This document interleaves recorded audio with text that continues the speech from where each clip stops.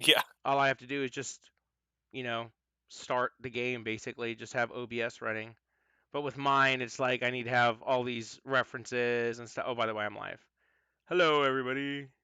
Hello. Ooh, piece of candy. Oh no. Oh, Um, but yeah, I've got everything ready, so we can go ahead and start.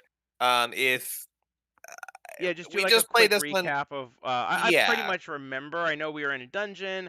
There was a hole going down. There's a tunnel going forward. So just recap the last couple of actions, and I think we're good. yeah, literally just played last week, so I think it should be fresh, even if people don't specifically remember. But you went into the cave. You know why you're in the cave. I'm assuming that was last week's recap. You Erevan found a magical amulet. And beetle amulet? what? The beetle one. Yeah, the beetle amulet. And then you guys continued down the twisting, turning caves, and you came to a really small room. You disturbed a pile of dirt, which aggroed a bunch of scarabs that you fought. And while you were fighting them, the noise from the combat caused a cave in to crumble and cover Zack in dirt. And Vanya dug him out. Zoe and her. Uh, Vanya dug Zoe out, but there was a big crumbling cave in, and um, you can tell that this room is not super stable. The pile of dirt in front of you guys that Erevan saw the chunk missing from the ceiling was probably from an earlier cave in. But yeah, you defeated the scarabs, and you're now in this room. There are 3 exits from this room: the tunnel back from where you came, a smaller tunnel up on the wall, which is just barely big enough for the largest one of you to crawl through if you wanted to like squeeze in and do like an army crawl through it. Um, you did you ever swap out the lizard for a lizard? No, you were going to, and you never did. So Peppy is still an owl, or Peppy? No, No, Peppy was the Archie. lizard. Yeah, Arky. Yeah, Archie is still an owl. Oh, he might turn into Um, Peppy though. We were talking about that. Wait, yeah, wait, didn't I recast it? I remember marking you off you my. you you thought about it, but it would take an hour and 10 minutes, and you wouldn't have marked off anything because it would have been an ritual, unless Oh. you wanted to cast it as a spell slot. No, no, no. Uh, The familiar components. Actually, I did mark them I, off, so I'm gonna go put that back I because I haven't cast it yet. now that you mentioned it, yeah, me too. Because you were totally gonna do it. We went through all the everything, and then I said an hour and 10 minutes, and you went, well, maybe it's fine. Yeah. Well, I mean, I might still do that, but yeah, an hour's a lot, so I want to wait. Yeah, you said let's keep exploring, and then we can come back to this later if we want to. So I will add those back as well. See, this is why we recap and realize things we missed. 20 GP. Okay, so yeah, you have a large tunnel in front of you. The tunnel in front of you is like 15 feet wide. It's much wider than any of the cave tunnels you've had before, and you don't see any other piles of dirt in that tunnel. You can't quite see to the end of the tunnel, so your dark vision is 60 feet. And does it work on dim light too? Does it turn?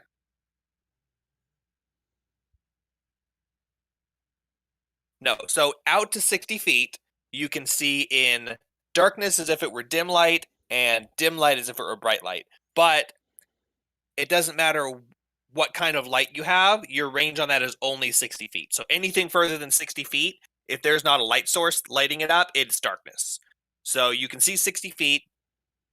You can't, when you look down the tunnel, you can't see to the end of the tunnel, but you do see another offshoot to the right, about 50 feet in. So right before it turns into blackness, you see the tunnel on the right opens up into a split. And I think that's it. So you got a big tunnel in front of you, a tiny tunnel to your right, and the way back you came. Um, Should we go through the big one first and then come back to the little one? Double checking everyone's still there. Okay, so Guys? my I'm here. Just copyright making sure. my copyright claim is Big Bend, the Wild Frontier of Texas, and by PBS.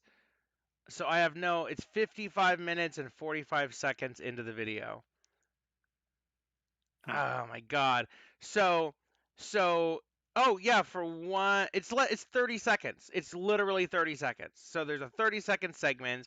And then I also got flagged for one of the legitimate songs that I did play, which could be counted as a copyright strike, but all it did was demonetize my video, which it's not monetized Yeah, you're anyway, so I don't give a yeah. shit. But because I have 30 seconds of audio that it tagged as Big Bend, the Wild Frontier of Texas, my video is entirely blocked because of that. That's absolutely incredible. This is That's why I weird. would never want to actually be a YouTuber because I see some of my favorite Yeah. channels complaining about this. Like, imagine you spend an entire day editing and like That's your job. sound mixing. Yeah, and you like that's literally how you make your income is on these, and then you go out and you put it out there, and then some dildo just copyright strikes you over Yeah. absolutely nothing. Big Ben, the Wild Frontier of Texas. Yeah, I And you know. can get it fixed, but it takes like months to go through that process and then eventually maybe get it fixed. Not necessarily. Like Rick Beato, he has this series where it's called "What Makes This Song Great," and he takes songs from all genres. So it's actually really interesting. You'd probably find a band that you like on there, and he takes a song of theirs that was huge, and he breaks it apart, and like he actually has the original mix stuff for it. So he's like, here's what the keyboards are doing here, here's what the drums are doing, and isolates it and like really picks it apart and stuff. So every single one of those videos gets copyright striked because he has clips of the songs because he's like listening to this part and how Yeah. cool it is. And so it's an educational channel and actually promoting the songs And it's definitely fair use. yeah, definitely fair use. And he gets some of his biggest videos flat out taken down. It depends on the artist. And some of them, like the Eagles, are huge pricks. So you do a song about the Eagles, and I can't remember. I can't remember the Eagles guy. Good. I don't care. I don't care who the Eagles guy is. I don't want to remember his name. I hate the Eagles. I'm on live on my stream, and I'm officially stating that the Eagles suck. The Eagles are a Speaking bad of which, band. Hotel can California. we continue with the game Oh, and talk sorry. about that after Oh, the that reminds me. That reminds me. Ooh, piece of candy. Missed one. game? Another one? Well, then let's get on with it. Do you need Continue. me to continue? Do you need me to repeat what I said? Tunnels. No. Okay, so basically, it seems like we either explore the dumbwaiter shaft or we just continue down the tunnel. If we're gonna go, I think my thought from last time was go down the tunnel, and then on the way back, then we'll spend an hour and I'll send Peppy down there. But I don't know, and I I don't want to leave the I will tunnel. Peppy. clarify. I will clarify. This is important. It doesn't go straight down. It goes forward into the cave horizontally. Oh, and how big is the opening of the tunnel? Uh, like 2 feet diameter, big enough for someone to fit in, but you'd be like squished in there. Like But you could it's like crawl on through the it. floor. It's not like in the middle of the wall. It's in the middle of the wall, up Okay, weird. about like halfway up the wall. Okay, so yeah, so I was imagining like a dumbwaiter, but then I thought it went down. So, okay, but yeah, that would be my thing. I say let's continue down the path and find the end of this cave. Then we do the side tunnel on the way back. But I mean, I'm open to suggestion, especially right now. I honestly think it's a good plan, and I'm pretty sure we agreed to it last time, so yeah, let's do it. Cool. So with Begee leading and no longer invisible because we had a fight and stuff, and he's not going to waste another spell slot right now.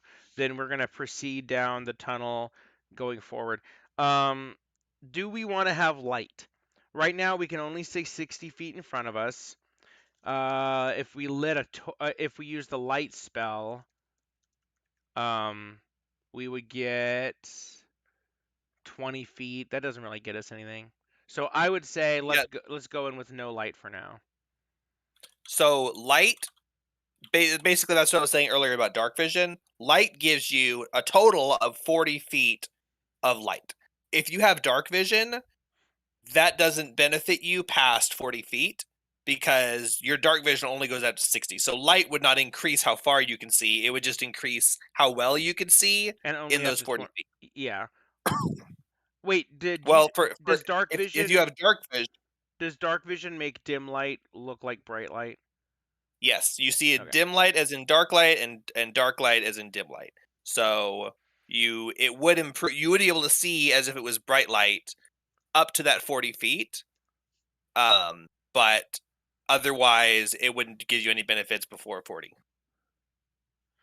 Um, or past 40. hold on. I'm checking the dark. Okay, so my owl does have dark vision of 120 feet, and I can use an action to see through his eyes anytime that I want. So Okay. I could use that with him on my shoulder and give myself 120 feet dark vision. So that's how we will proceed. No light sources, but Cool. I'm using my owl, so my eyes are like glazed over white, and I'm continuing. I'm just walking forward slowly and blindly, but I'm using my owl for my eyes. So do you still have light cast on your sword, which is in the sheath? I did, and I just had the sword sheathed. I think I want to keep it that way because if I'm pulling the sword out, there's probably an enemy right next to me, so that Yeah, way because we need the light. As soon as there's enemies, we need the light so yeah. that Vanya's not getting disadvantage on attack rolls and shit. Vanya would not be able to even target most things because she has no dark vision. You with dark She can vision target it would with get disadvantage. she'd have to target the square, and she couldn't cast any spells that require you to see the target. Well, hopefully none of that will come up. Yeah, in a dungeon. Maybe there'll be no monsters in the whole rest of the dungeon. No, but Yeah, I'm gonna keep the light on my sword so that yeah, whenever I pull it out instantly, because otherwise she'd have to got it. if Yeah, I disabled it, she'd have to recast it. So this way it's exactly. like Yeah, instant. It's like a flashlight. I pull my sword out, glam dong, and it glamours away. yep. Ooh, piece of candy.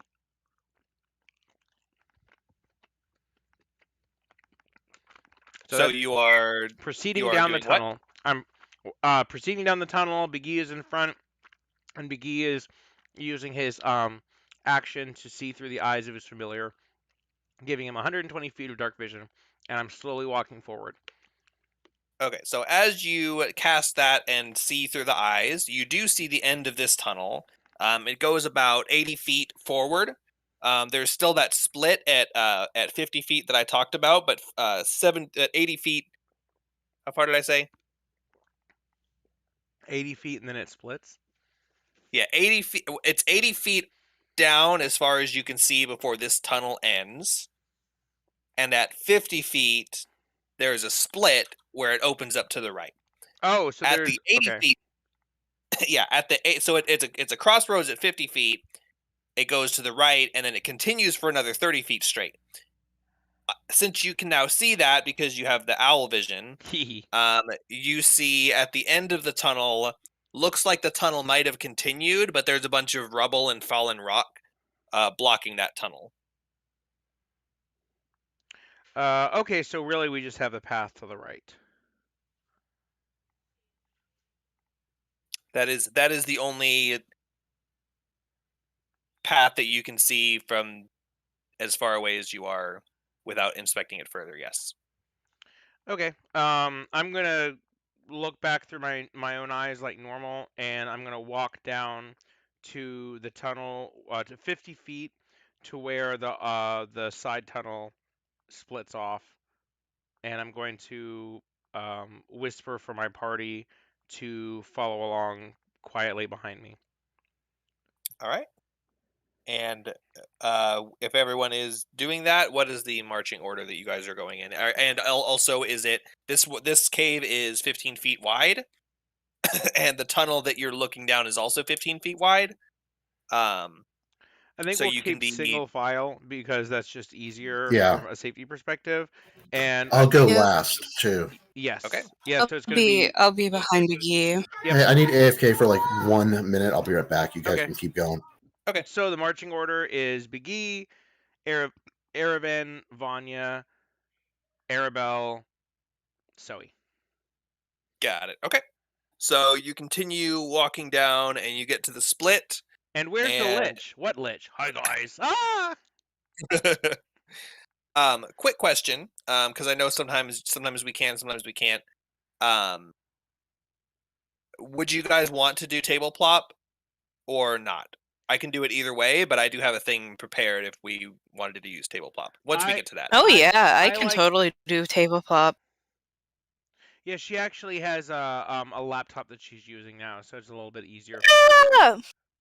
Okay, so it won't be necessarily soon, but I'll let you know when, and all. The thing isn't visible yet. I have it disabled, so you guys can't go look ahead.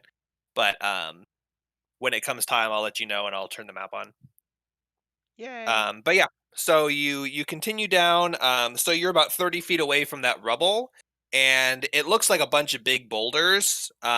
It's not like fallen dirt or anything like that. It's just a bunch of like crumbled rocks and things, and it kind of looks like there might be a way through it if like a small creature tried to get through there, but it doesn't look like they're going to be moving. So it wouldn't Lizard. necessarily be a way for you guys to continue Lizard. exploring, but it is not necessarily a dead end. But you are standing at the crossroads.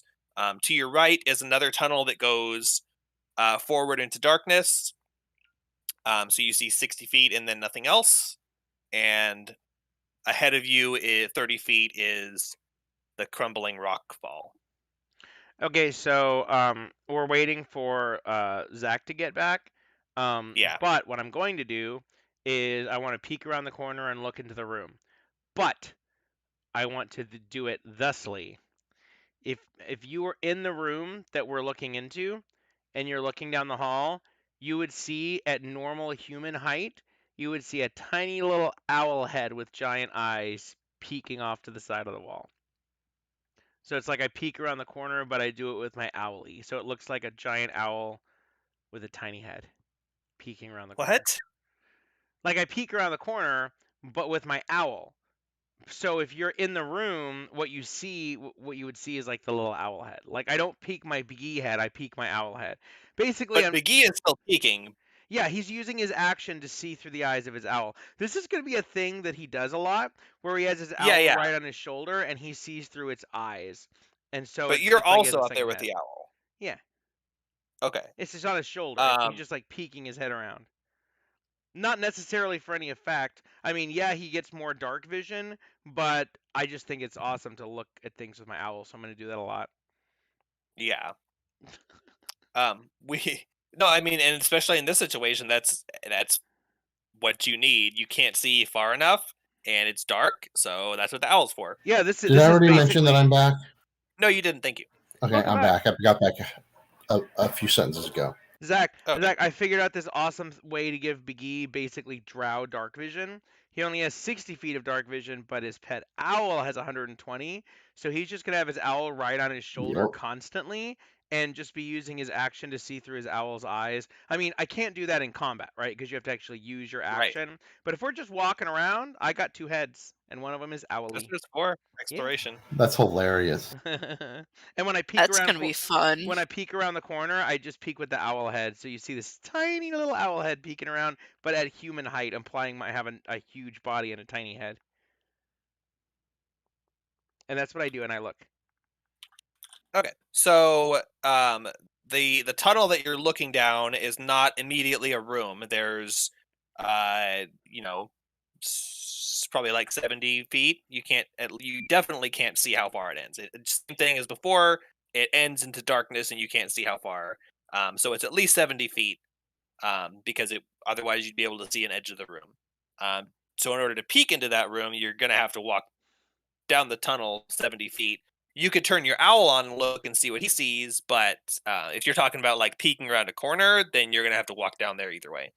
Yeah, that's fine. So I with owl vision on, I will continue down the hall to where it bends. The peeking is not as important of an aspect as the seeing through the owl's eyes. Okay. And are you attempting to move stealthily still? Yeah. I don't know if I'm assuming you are, but you guys did have a big crash earlier, so I don't know if you're bothering. Well, I don't think I've stealthed since the battle. You want me to roll a fresh stealth check? Yeah, if you guys are trying to move quietly, you can make a stealth check. Okay, but I would like to have my group stay a far enough distance back that they don't have to roll. Okay. Okay. So if they stay back at the crossroad, they won't have to roll. Okay, so Crossroads, I rolled a 19, and with my bonus, that's a +2, so 21. And I won't get guidance. That's fine, and I can say that because I already rolled, so that I got a high roll. And then Vanya can, if someone else needs guidance, it's available. Okay, would you like to have someone have guidance cast on them? Oh, yeah, Ervin. Let's go ahead and get the next person in line with guidance. Okay, then Erevan has guidance on him, Yeah. and the party is staying back at this crossroad, and Biggie, you are walking down this tunnel until you can see something else. Does Biggie see any pieces of candy on the ground? You see no candy, no more candy. Biggie does not see any candy. Okay, fine. He's already had 3 pieces and is already starting to trail off. Okay. 3? I thought he had 4. I only heard 3. I'm looking at the 4th one. I mean, Biggie's looking at the 4th one. Sus. So you walk about 20 or 30 feet, and then you do start to see the tunnel widen out a little bit. There is a room up ahead, and you can't see a whole lot other than that it's widening out and it's a room. Do you continue walking? Yes. Okay. You keep walking closer and closer, and you can see. Let's see.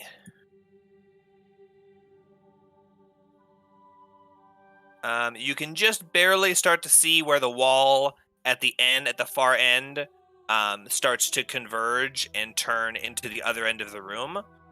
And the room is about, from where you can tell, it's about 50 or 60 feet long.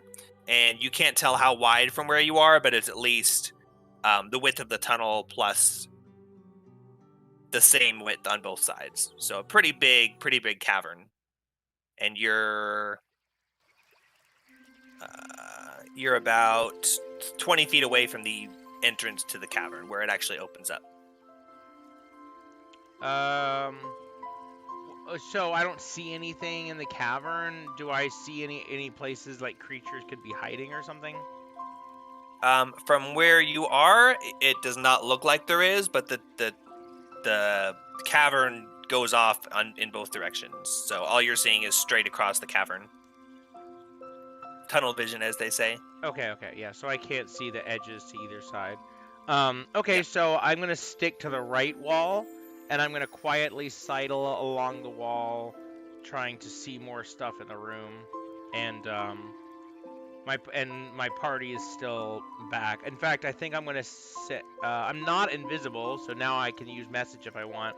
So I'm going to use message to point back to Erevan and say, there's a cavern here. I'm going to start checking it out. Be ready to charge into the room if I call for help. And then I'm going to proceed into the room.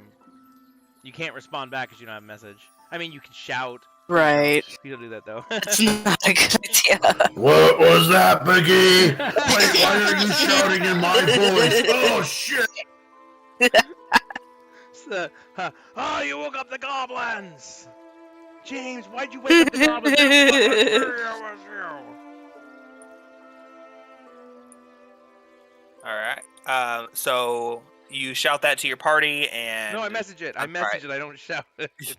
No. You message that to your party. What did you message them? I'm sorry, I was trying to listen and do something else at the same time, and then got distracted. Just said, hey guys, there's a cavern. I'm gonna check it out. Stay back for now, but if it sounds like I'm in danger, then come help me.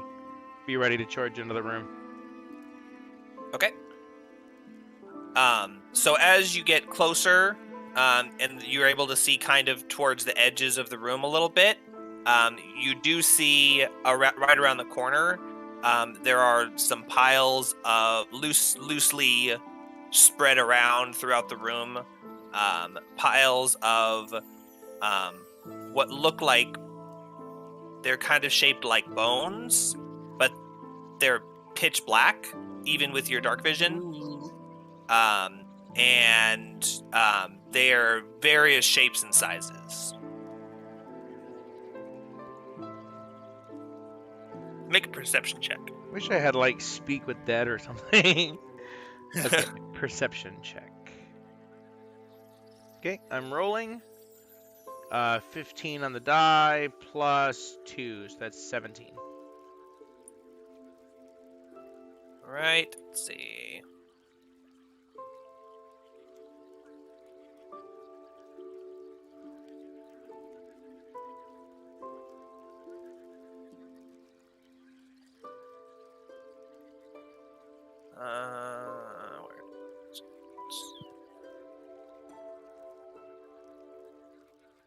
So the room itself is completely black, but you do see as you get closer and closer, those sparkles from the grove above.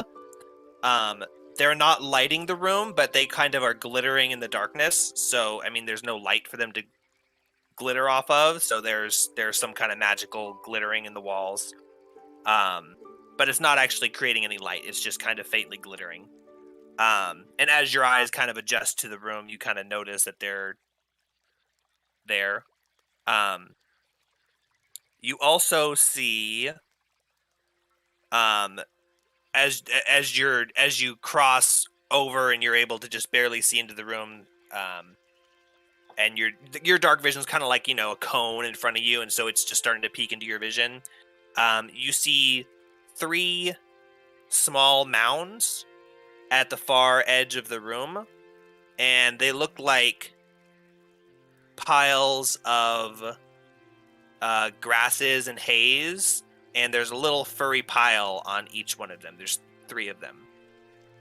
And you also notice, with the aid of Peppy's vision and just barely peeking into the room, you see a large pile of fur, which is very conveniently facing away from you at the moment, as it slowly starts to lay down and turn around. Fur. Can I nature check that fur? If you stay long enough to nature check it, it is turning around and it's about to see you. Oh, fuck. Okay. It's moving around. Something had fuck. stirred it, and so it's moving, but it was just conveniently walking away from the entrance as you snuck in. But if you linger anymore, it's like a patrol in the video game. It's like you stuck behind it, but if you try and follow it, yeah. Okay, I'm gonna haul ass back to my group, but not so hauling that I would negate my stealth check. you haul ass stealthing back to your party. You can go ahead and make a nature check at disadvantage to see if you recognize any part of what you saw, but it's not going to be a full. Nope. Even if you get like 2 natural 20s, you're not going to get the full answer because you literally just saw the back of it. No, I didn't get anything. Nothing. Well, it looks like it's a creature. It looked like an animal. It looked like it's probably a beast of some kind. Okay, I'll let my group know. Okay. So I'm gonna walk back to the group and whispering, very quietly, I'm gonna say, guys, there's some kind of an animal den in there. It looks like a mother bear and its children, but it might be 1,000 times worse than that. That's just like what it looks like. Like, I can't tell what it is, but there's a big furry thing, and then there's a bunch of little furry things, and then there's some other crap in there. Even though we established at the beginning of this video that we already know why we're here, and that Begee knows why he's here, could you remind Nick why we're here? We're looking for a lost child, I remember. Is that all, or do we have any other clues? You are looking for a missing child who was not necessarily last seen, because no one has actually told you that they saw her, other than the priest guy, and he doesn't pay any attention. The last time that she was, the clues have led you to the possibility that she got lost in the forest following these lights. So you followed the lights, and they led you to this grove, and this cave was inside the grove. So you're looking for a lost girl, and the clues have led you here. And other than the 2 paths that you decided not to go down, this is pretty much the only way to continue. So you think somewhere in this cave you might find evidence of her or some kind of clue, but yeah, that's what you're here looking for. Okay, so we've kind of hit a dead end. There's one small tunnel we can crawl into that we're waiting to do that. There's rubble at the end of this hall, which we could try to look through, but I need to like resummon my familiar. I don't think my owl can squeeze through rocks. So this cave seems like where we need to go. How would you guys suggest approaching it? Because there's all these creatures. Spell wise, of course we could just go in there and just fucking attack everything. But Big E has minor illusion. That's not going to be a lot. We could try to distract them like right before we attack or something. But I've got chromatic orb for damage. Disguise self. Don't know if that would help. If these are animals, probably not much we can do to trick them. Because disguise self, you have to be pretty much the same. Like, you can be a little fatter or thinner or shorter or taller, but you can't, like, turn into an animal. Man, too bad we don't have a druid. Misty Step and invisibility. Oh. So, the main thing Big E could do is he could go invisible. I could also send my owl in there on his own. It probably would get detected, and then they would chase it out of the cave and come attack us. So that's a thing. Let's see. Yeah, I think that's basically all Big E's got, is he could go in there invisible. For Vanya, let me check her spells. Well, she has an augury spell. She could cast augury as a ritual and ask the gods if it's safe for us to, if we should enter the cave, and see if we get a wheel or woe. Calm emotions, which may work on animals. I'm gonna look that up. And what else? Detect good and evil. I don't think this is good or evil. Wait, what? Calm emotions works on animals? Humanoid only. No, humanoid only. Damn. Yeah, how about augury as a ritual? That's just 10 minutes, right? Ritual is an hour. Oh. And what? It takes... I thought a ritual is 10 minutes plus the... Hold on. No, you're thinking of the fact that the rituals you like to cast are 10 minutes plus an hour. No. What? No. I got it backwards. I was thinking Find Familiar, because Find Familiar takes an hour. So no, that's me. That's what I said, but directed at me. 5 years. Crawford, read your own rules, Crawford. Tiny hut is a hemisphere, not a dome. So yeah, 10 minutes longer than normal. Find Familiar has a casting time of 1 hour. So even if you use a spell slot, it takes forever. So that's something you have to do in advance, is the point. But if I did augury, it's just 10 minutes. 10 minutes plus the 11 minutes. It's a 1 minute cast. It's a 1 minute spell, yeah. Yeah. So I could cast augury. We could do it here safely, probably. Takes 10 minutes, and I can ask one question of the gods. What should that question be? I can say, basically, I'm going to describe a course of action, and then it's going to tell me if that's good or bad. Like if that will have good or bad results, or both. So if it's just a flat out battle, it might be both. If the kid's in that room, it might be a good result. What do you guys think? Any suggestions on what I should ask?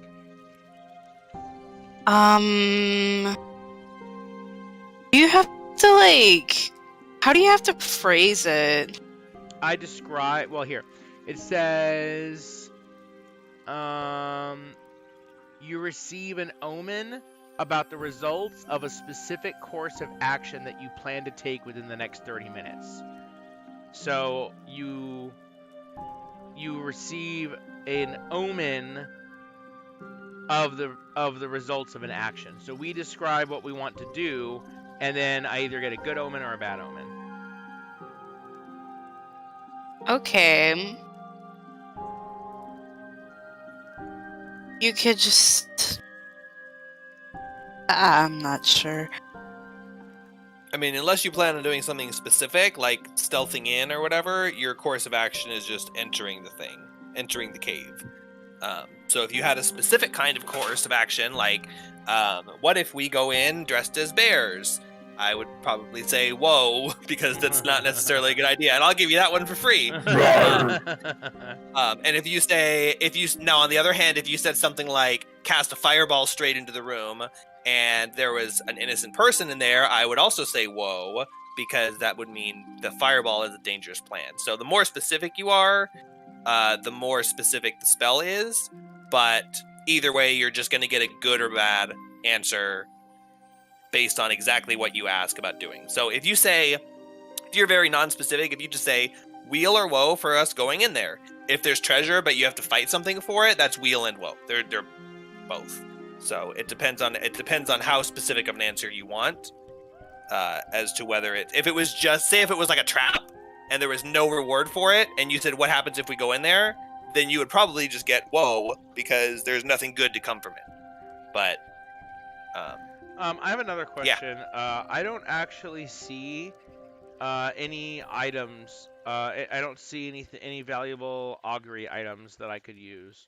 You have a millennia's old ancient deck of tarot cards. Oh, thank you. Did not have that written down. I'm going to write that down right now. Yep. Thank you. Okay, so I think it's worth so much money, it's actually worthless because you probably could never find someone to sell it. That's how valuable it is. But technically, for the spell. Okay, so Vanya's going to get out her tarot cards, and she's going to crouch on the ground. Oh, I almost said Indian style. I don't think I'm allowed to say that anymore. Crisscross applesauce, spoons in the bowl. So she sits down and she lays out her tarot cards, and she's going to ask. Big E is going to suggest and say, "Oh, ask if I should go in that room invisibly." And Vanya says, "It doesn't tell us what we should do, but yeah, I get what you're saying." So she invokes the deities and says, "Give me an omen if Big E goes into this room invisible." So I'm just stating out loud, like, for instance, if the invisibility would gain us nothing, that could be a woe, because I would just be wasting a spell slot and then go in there and break it. But if it's going to get any benefit, then maybe I get a good result. It seems like we need to go into the room, so now what I'm thinking is it's how we go into the room. So should Biggie waste another second level spell slot to go in there invisible first and see what he can find out? See, I feel like this spell always gets way too complicated. A lot of things get way too complicated. The more complicated it is, the more info. It's okay. At higher levels, it's even worse, and there's like pages and pages of rules about how the DM can respond as the gods or something. Like divination or something like that. At least augury boils it down to good idea, bad idea. Good idea or bad idea if I eat a piece of candy? Whoa. Another one? Okay, now that's really your fourth one. The way you said that makes me think of the Animaniacs as whole good idea, bad idea. That's exactly what it is. That's exactly what augury is. If it's woe, then the answer should be boo dooey.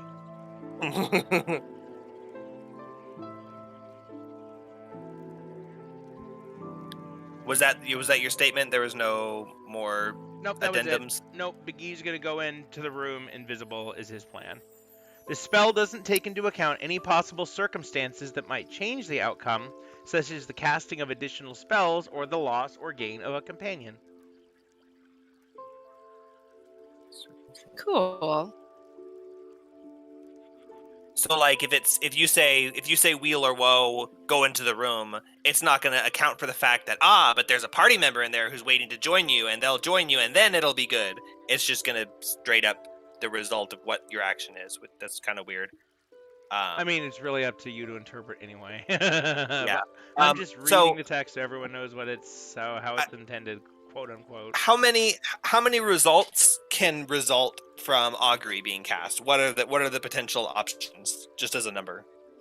Well, it says, the number of options 4: wheel, woe, both, or nothing.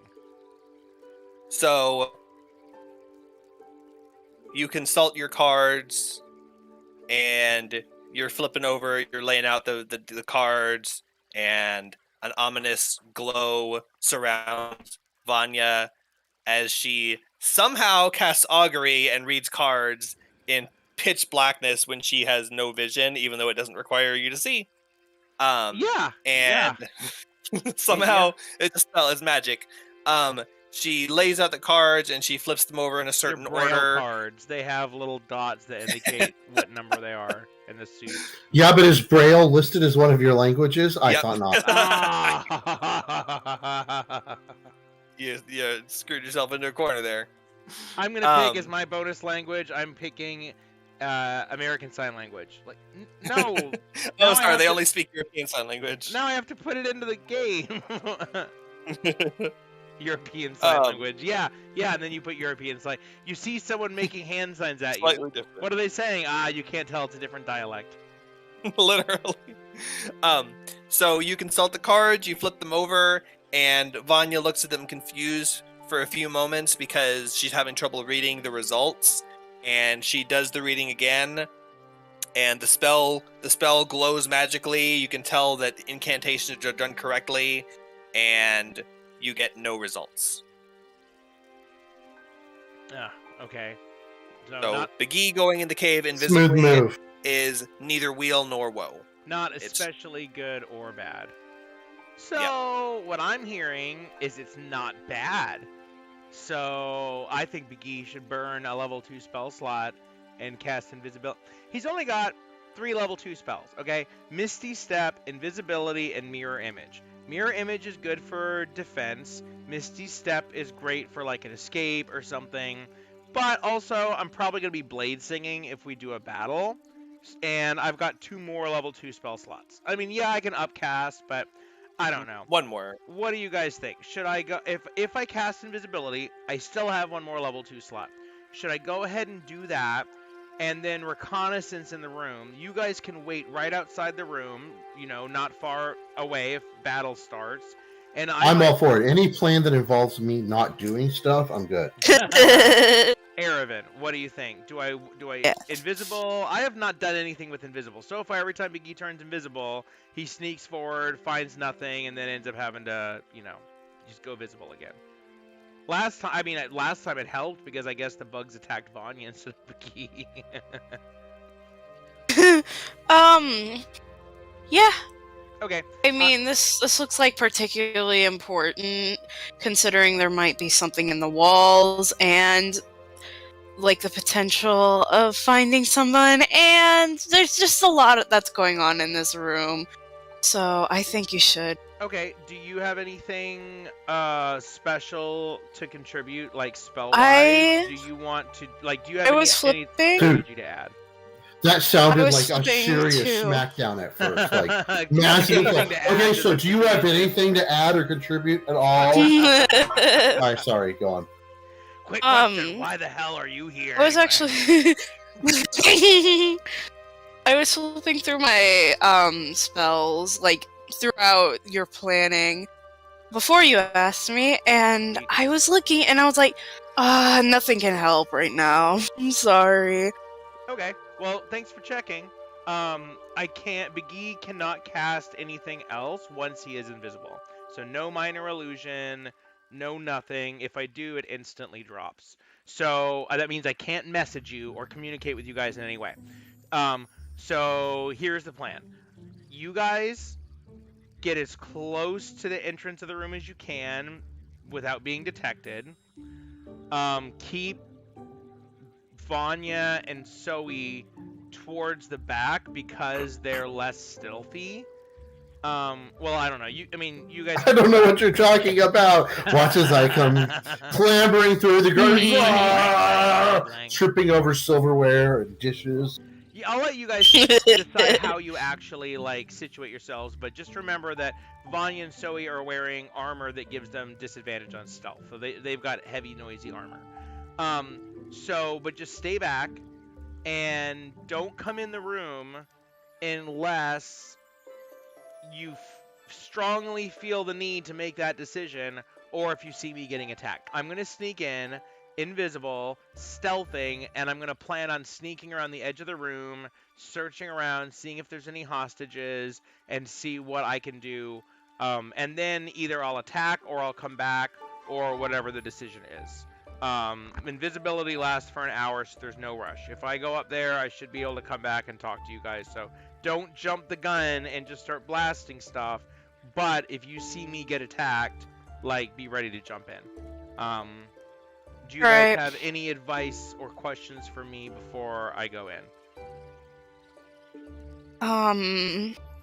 Not particularly. Not particularly. Why are you here? I don't have any questions. I'm good. Biggie is probably kind of like self important. Like he thinks he could do this all without you. He's not being a total dick about it, but that's how he feels. Okay, and it is concentration. Okay, so Biggie is going to cast a 2nd level spell slot, leaving him with 1 to cast the spell Invisibility, which is verbal, somatic, and material. So he grasps his quarterstaff as his magical focus, and he makes magical gestures in the air with his hands while chanting some cool, probably like the Latin word for invisible. I don't know what that is. I'll go look it up and let you know later. And it turns invisible, and it lasts for 1 hour or until I attack or cast a spell, and it's also concentration. Okay. At this time, I would like to take the chance to remind you before that happens. Vanya can cast Guidance, and Erevan has Bardic Inspiration. Both of those go to say that you still have to roll a stealth when you're invisible.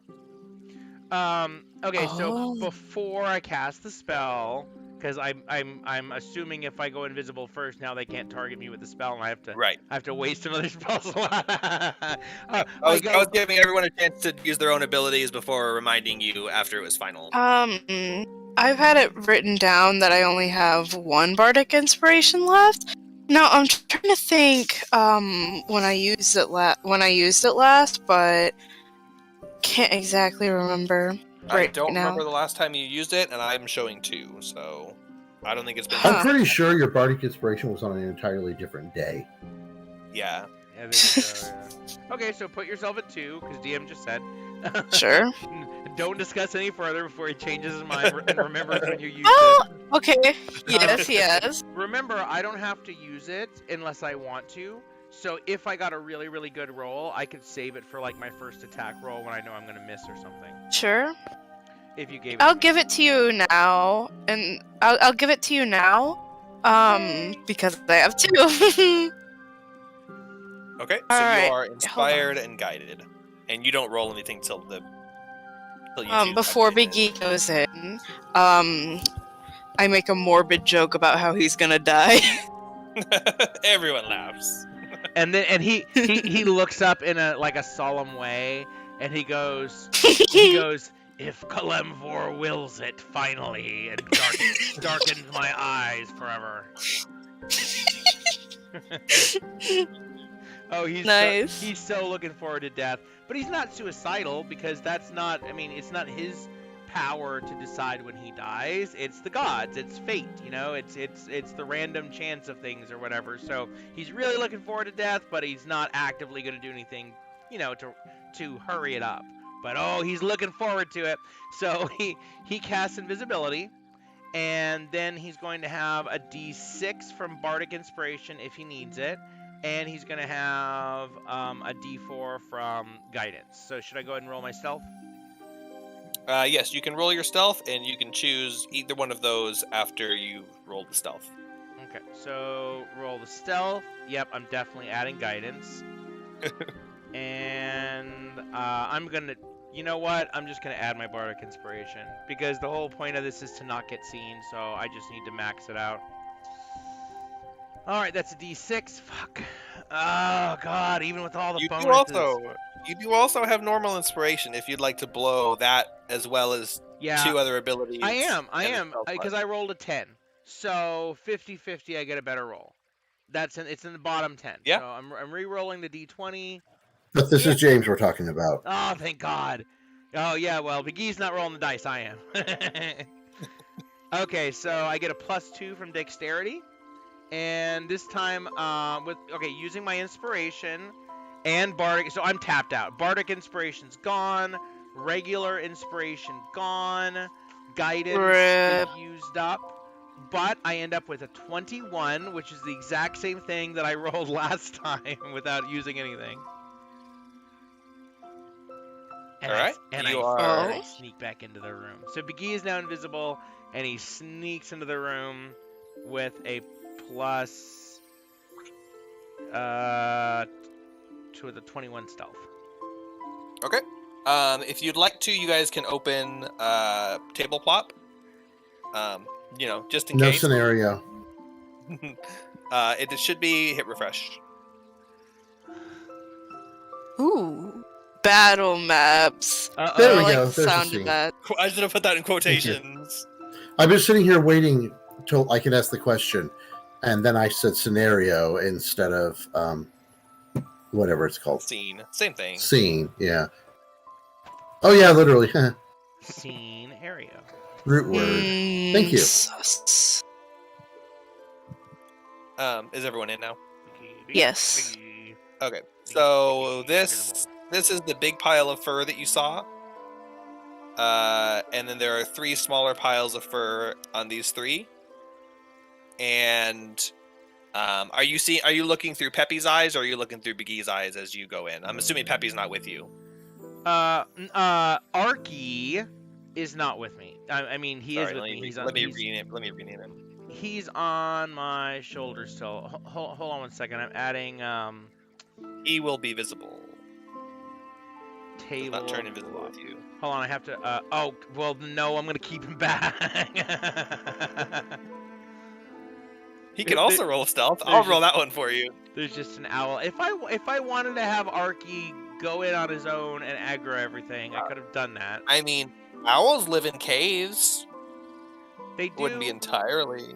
They do. Yeah. That's a backup Yeah. plan. Mm, I'm pretty sure I can telepathically communicate with him. So if I need him to swoop in and distract him, then I will. If I can telepathically communicate with my familiar, which I can according to the spell, couldn't I have him scratch out messages in the dirt and such if need be? I'm gonna put that in my back pocket. Yeah, but put that in the back pocket. 'Cause actually, I mean, he's not intelligent. He's not intelligent enough to write, but you could give him like painstaking instructions on like exactly what lines to draw. Line, a 2-inch line, or two steps. Yeah. I work out with him an entire system of like coordinates. It's only 26 letters. You could have the whole party trained to understand Morse code and just have him do dots and dashes. Yeah, or like a shorthand, like court reporters or captioners do. Like, I developed this entire system, and we spent a month of downtime with everyone working out the system and memorizing it, so that he can just effectively communicate anything. And then Tuesday afternoon, right before we're getting ready to play D&D with the new system, you get hit by a bus. Oh, no. In character doing that, that would not be a real life thing. That would be your characters. Oh, I completely misinterpreted this scenario. Although, yeah, we just say it happens, and then it just instantly a month has passed. Yep. Or we do the real hardcore roleplay and work it out anyway. I thought you were saying it takes a month for us in real life to work out the system for fun, It would take us so much longer than a month. Biggie is going to sneak into the room until he can see what he can see. And he's staying as far back as he can and trying not to get within anything's aggro range. All right. So the larger creature is laying there, and it is facing directly towards you. But its eyes are kind of like lulled, like looks like it's trying to go back to sleep. And it does not notice your invisible body as you step past. From where you are, you could stand and take a few moments to take it in and inspect it and look at it. Yeah. You are kind of far away, and it is also still dark, so you can make a nature check with disadvantage. Okay.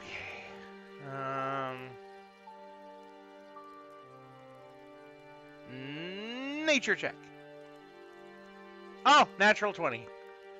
Now I got a Nice. 20. Not on the stealth check. No, on the stealth check I got a 2. Plus, All right. plus 3 because of my intelligence. I'm not trained in nature, but I just have a high intelligence because I'm a wizard. I'm a wizard, Harry. All right. 20. Well, you have a good enough. You do have a. Oh, wait. Was that with disadvantage? Fuck. Hold on. Oh. Creatures have disadvantage on wisdom checks that rely on sight. Okay. I'm rolling a second d20. Oh no.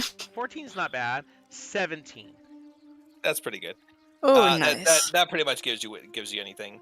Also, I might have to ask that one in the raw form because it says it only talks about perception checks, but I guess technically you could say you have to make a perception check to see if you can even see it, and then you can roll a nature check because you can't do a nature check on something you can't perceive. Oh, you know what? I could see an argument for not though, because it's like I guess like you make the perception check, then the nature check is a knowledge check. So it doesn't say investigation checks either. It literally there's the only thing that's disadvantaged by darkness or anything like that is perception. First you have to see it, then you have to interact with it, but that implies everything is a two-step thing. So like first I roll a perception check to see how well I see it, then so like let's say I get a 20 perception but a 3 nature, then you describe exactly what it looks like but don't tell me anything about it.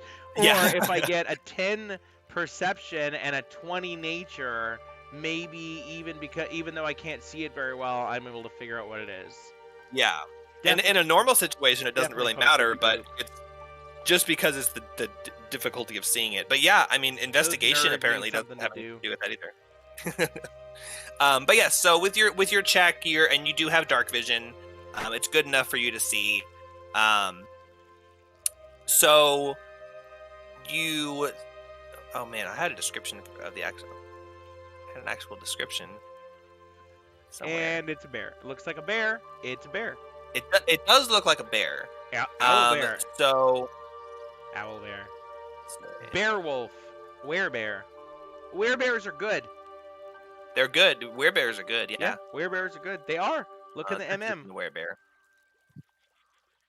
So you see, man.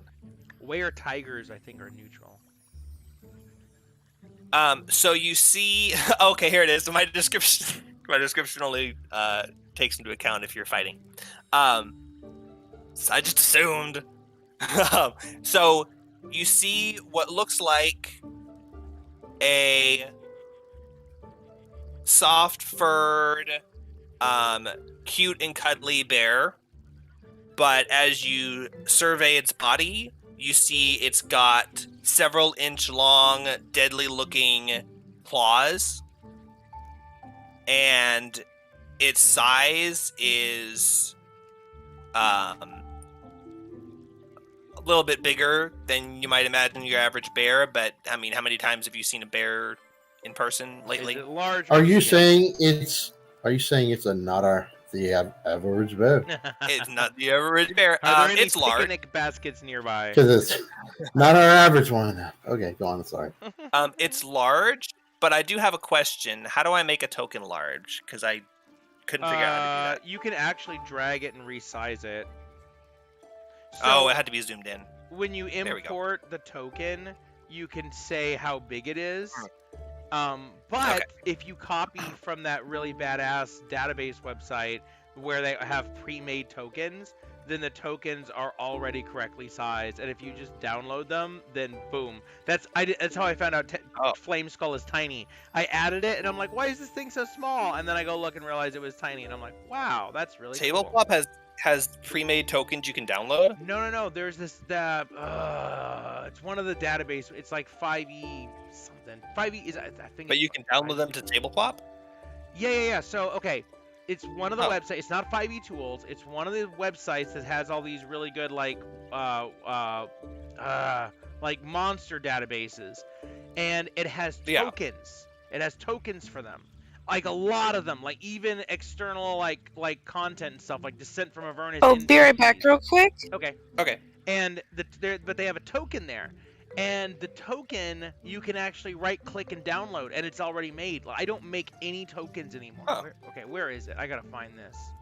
Maybe these all have like similar systems of like token formatting, so you can they're interchangeable between systems like Roll20 and Table Plop and things like that. That'd be Well, cool. it's like I think it also has to do with like the size of the image. So like I just do right click download, then I go to Table Plop and then just say upload. It's like the least number of steps. Where? That's pretty cool. I'll check it out. Oh, I gotta find this. Okay, I gotta just pretend like I'm looking for like a monster stat block. Okay, is it roll? No, it's not Roll20. It's not D&D Beyond. It's not AD&D. Well, you take your time, whatever. But then as soon as Willow gets back, we'll continue. Yeah, this isn't important. I'm just doing this because we're waiting for Willow. Yeah.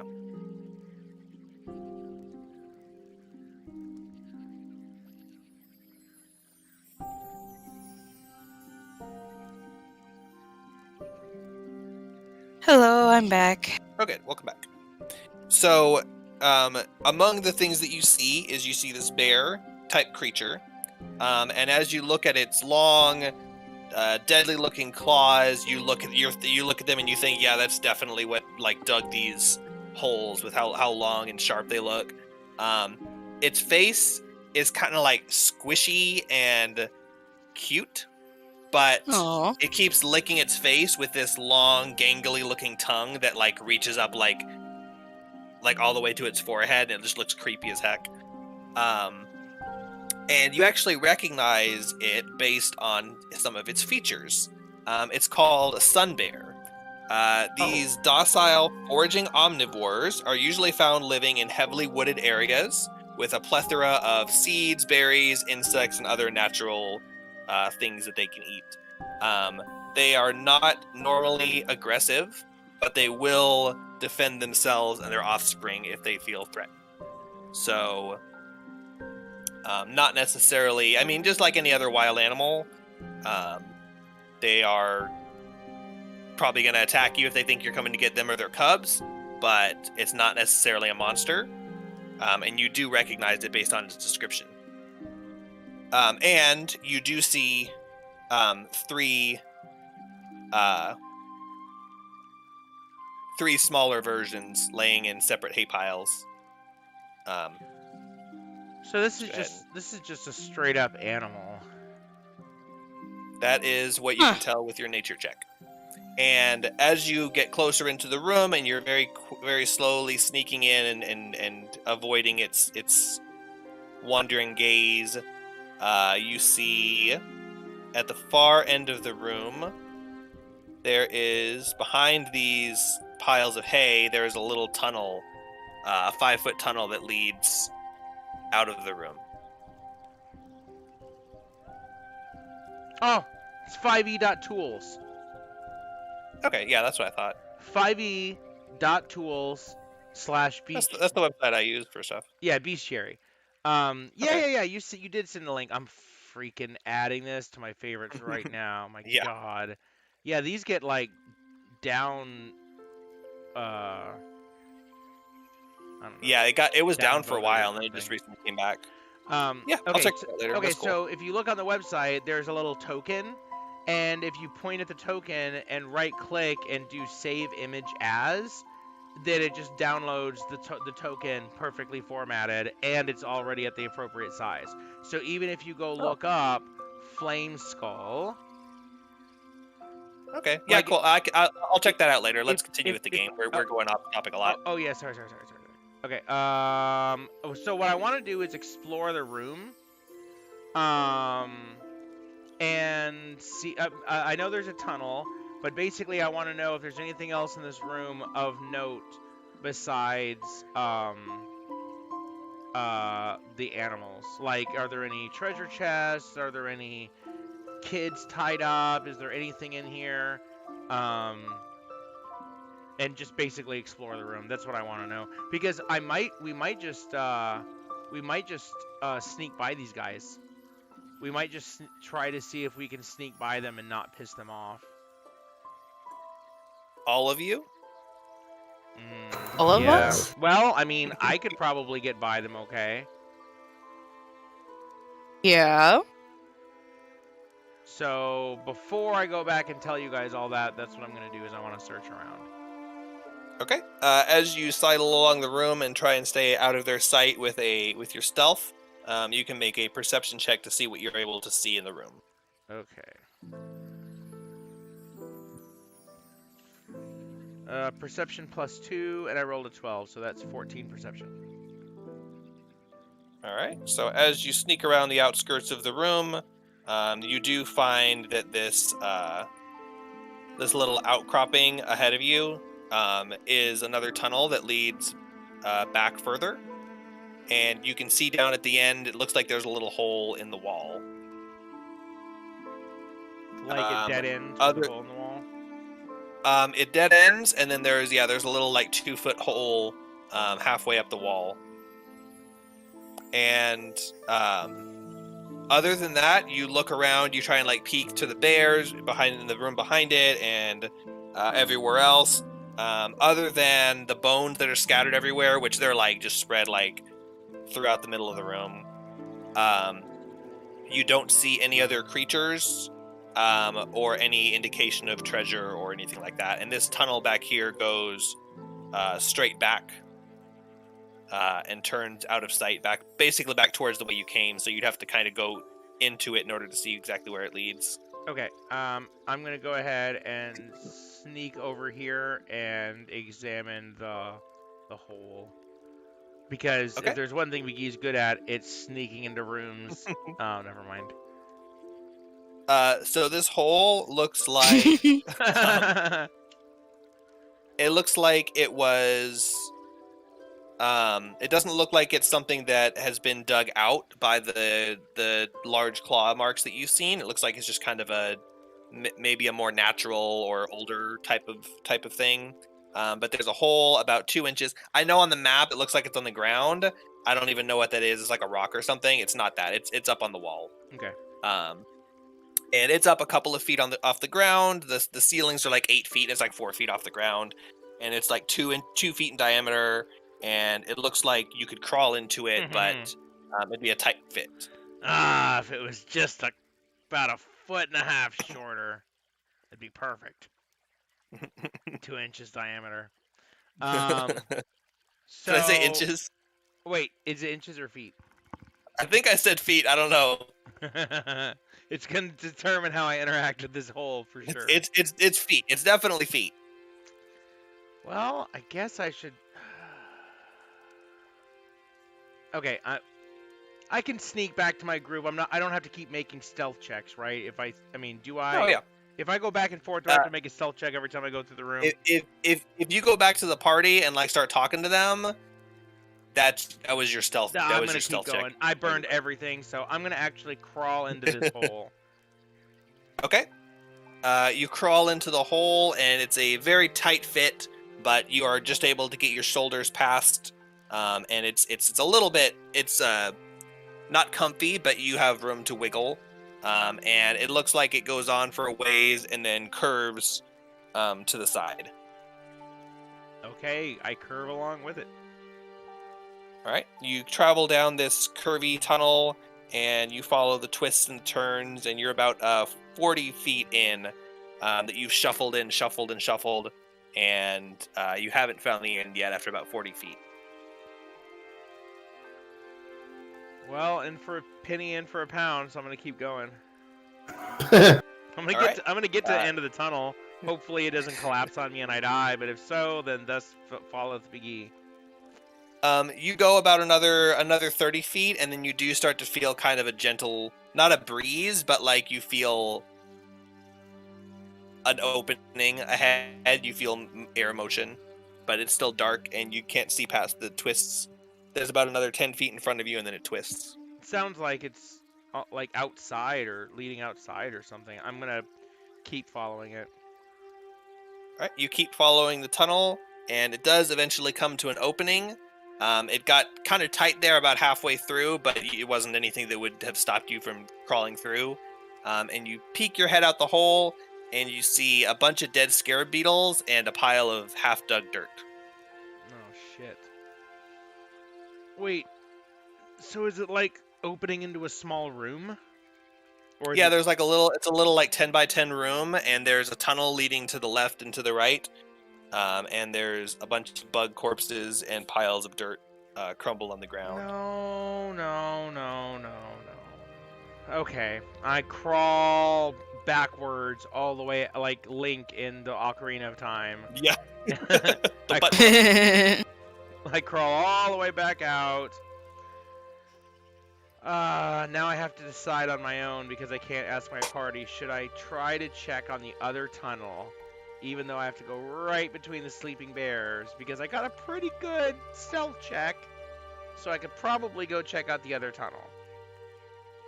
I wonder what I should do. I can't ask my party. Well, I mean, Begee can't ask. Although, if a party member were to shout out a suggestion in the channel right now... Although conveniently, unfortunately, whoa, what's this server mute thing that... That's weird. It's almost like you call out your party and everything was silent. But nobody came. But nobody came. Aww. Okay, I'm going for it. Bigee's gonna do something. He's gonna trigger something one way or another. He's gonna learn everything about this cave, or he's gonna die trying. Begee. All right, you sneakily sneak past the bears, and there's two little baby cubs, and they're just laying there, and they're just kind of like. I think Begee should get some kind of Minecraft villager. Begee should get some kind of extra bonus because he's trained specifically in the skill. Nope. I know where that's going. A lifetime since he was very young.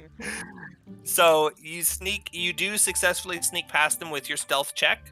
The big bear is the only one that's awake, and she's in a little cubby by her own. You sneak past, and you enter this little short hallway. It goes back about 10 feet and then curves sharply to the left. And as it curves to the left, you see an opening. And it's dark down the hallway. It goes about another 15 feet. But the further you walk down the hallway, you start... You feel strange, and then you see a shimmering wall of light appear slowly in front of you, like the closer you get to the end of this tunnel. And the shimmering wall of light is now a bright shining, but it's not lighting anything up. Like, you're not lit up, the tunnel behind you is not lit up, there's just this wall of glimmering light in front of you. Okay, that seems like the shiny light that we've been chasing the whole time. Okay, but it doesn't, like, see me or come at me. Like, I've been playing Earthbound recently, and the boss of each sanctuary appears as a shining light that you have to go and interact with. So, that's... No, it doesn't look like a creature. It looks more like a prismatic wall that's blocking this tunnel. Prismatic... Okay. Can I visually examine it, and does my... knowledge of magic tell me anything about what this is, arcana-wise, and if I have to, I'll stay crouched in this hole for 10 freaking minutes, ritualizing detect magic, while my party wonders where the hell I am. You can make an arcana check, if you go up to and closely inspect the wall. I do that. Okay. I do that. Make an arcana check. Yay, arcana check. Gonna make an arcana check. I'm proficient in it. And I get a 17 on my dice. And wait, I get a bonus too. It's a +5. 22. So as you approach this wall, I said prismatic wall, but that's actually a spell. Yeah, I'm it's not hoping a it's that, prismatic because wall. that's a fucked up spell to have to deal with. It's 9th level. It's not a prismatic wall. However, based on what you can tell by looking at it and your investigation, and you actually feel comfortable enough to touch it if you would like to. I'm not going to say you do touch it because that's a shitty thing to do and be like, haha, but actually. How far? So if you'd like to, how far in the tunnel am I? You have to reveal the map. You're 10. There's not a map. Here. Just give me like a hallway into the blackness. There you go. Yeah. Oh, what's this? I mean, I made my Arcana check, so I should have an idea if it was gonna zap the shit out of me before I touch it, right? Yeah. Like, remember you don't when think he used to touch the light pole by our house and it had that wire on it, and whenever he touched it, it would ow, and we'd be like, James, see how long you can hold on to it, and he'd like grab it, and he'd be like, ow, ow, ow, ow, ow, ow, and then we'd be like, that doesn't really hurt, and then we touch it, and it really hurts. It's literally a live wire connected to city power directly, an exposed metal wire, and we're just daring him to touch it as long as he can. And he did, and he had fun, and then he got bored, and then we moved on. So you approach it, and you do feel comfortable touching it. You don't believe it's any sort of damaging spell, so if you do touch it, I'll describe what it feels like. I do. But you do believe it to be a wall of force. So you touch it and you brush your hands on it, and it feels like when you push a magnet against another magnet, but your hand. So there's no wind, there's nothing physical there. You just are having trouble pushing your hand past it, and it kind of glistens where you touch it. And you do believe that it is a wall of force, a 5th level spell, and nothing can physically pass through it. It's immune to all damage and cannot be dispelled by dispel magic. It also extends into the ethereal plane, so it's some serious business shit that is almost impossible to bypass without high-level magic. And it is barriering off the end of this hallway. It's like that just makes me want it more. border. It's It's it's like a level border or something. I don't know. Yeah, kind of. It's like when you're walking somewhere and you get a flash on your screen. You are not high enough level to enter this area. Something like that. Yep. It's the boundaries of the map. Okay, sneak.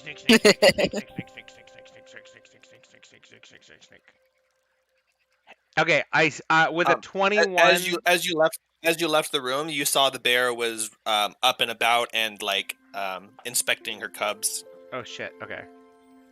I weave in and out of them as I sneak through, and I sneak up to Erebin, and I sneak up behind him, and I forget that I'm invisible with the 21 stealth check, and then I suddenly tap him on the shoulder and go, "Hey, Erebin." Wait. Let's see. Prevent being frightened. What's a frightened saving throw? Wisdom? Yeah, wisdom. Erebin, make a wisdom saving throw. Alright.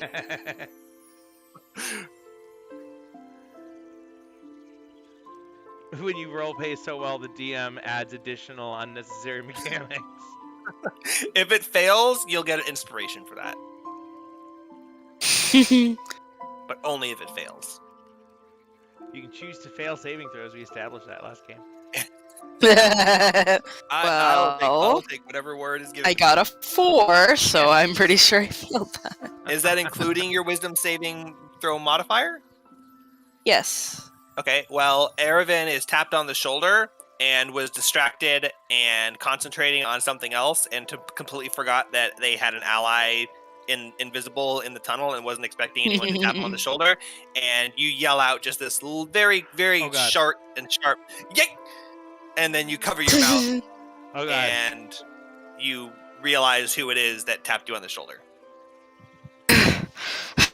Vicky, don't scare me like that again. Come on. Oh, sorry. I forgot I was invisible. Okay. You forget you're invisible. So, I just, because I spent all of high school that way, and I just I didn't even realize. I was gonna say nothing seemed abnormal. Everyone was ignoring him. Yeah.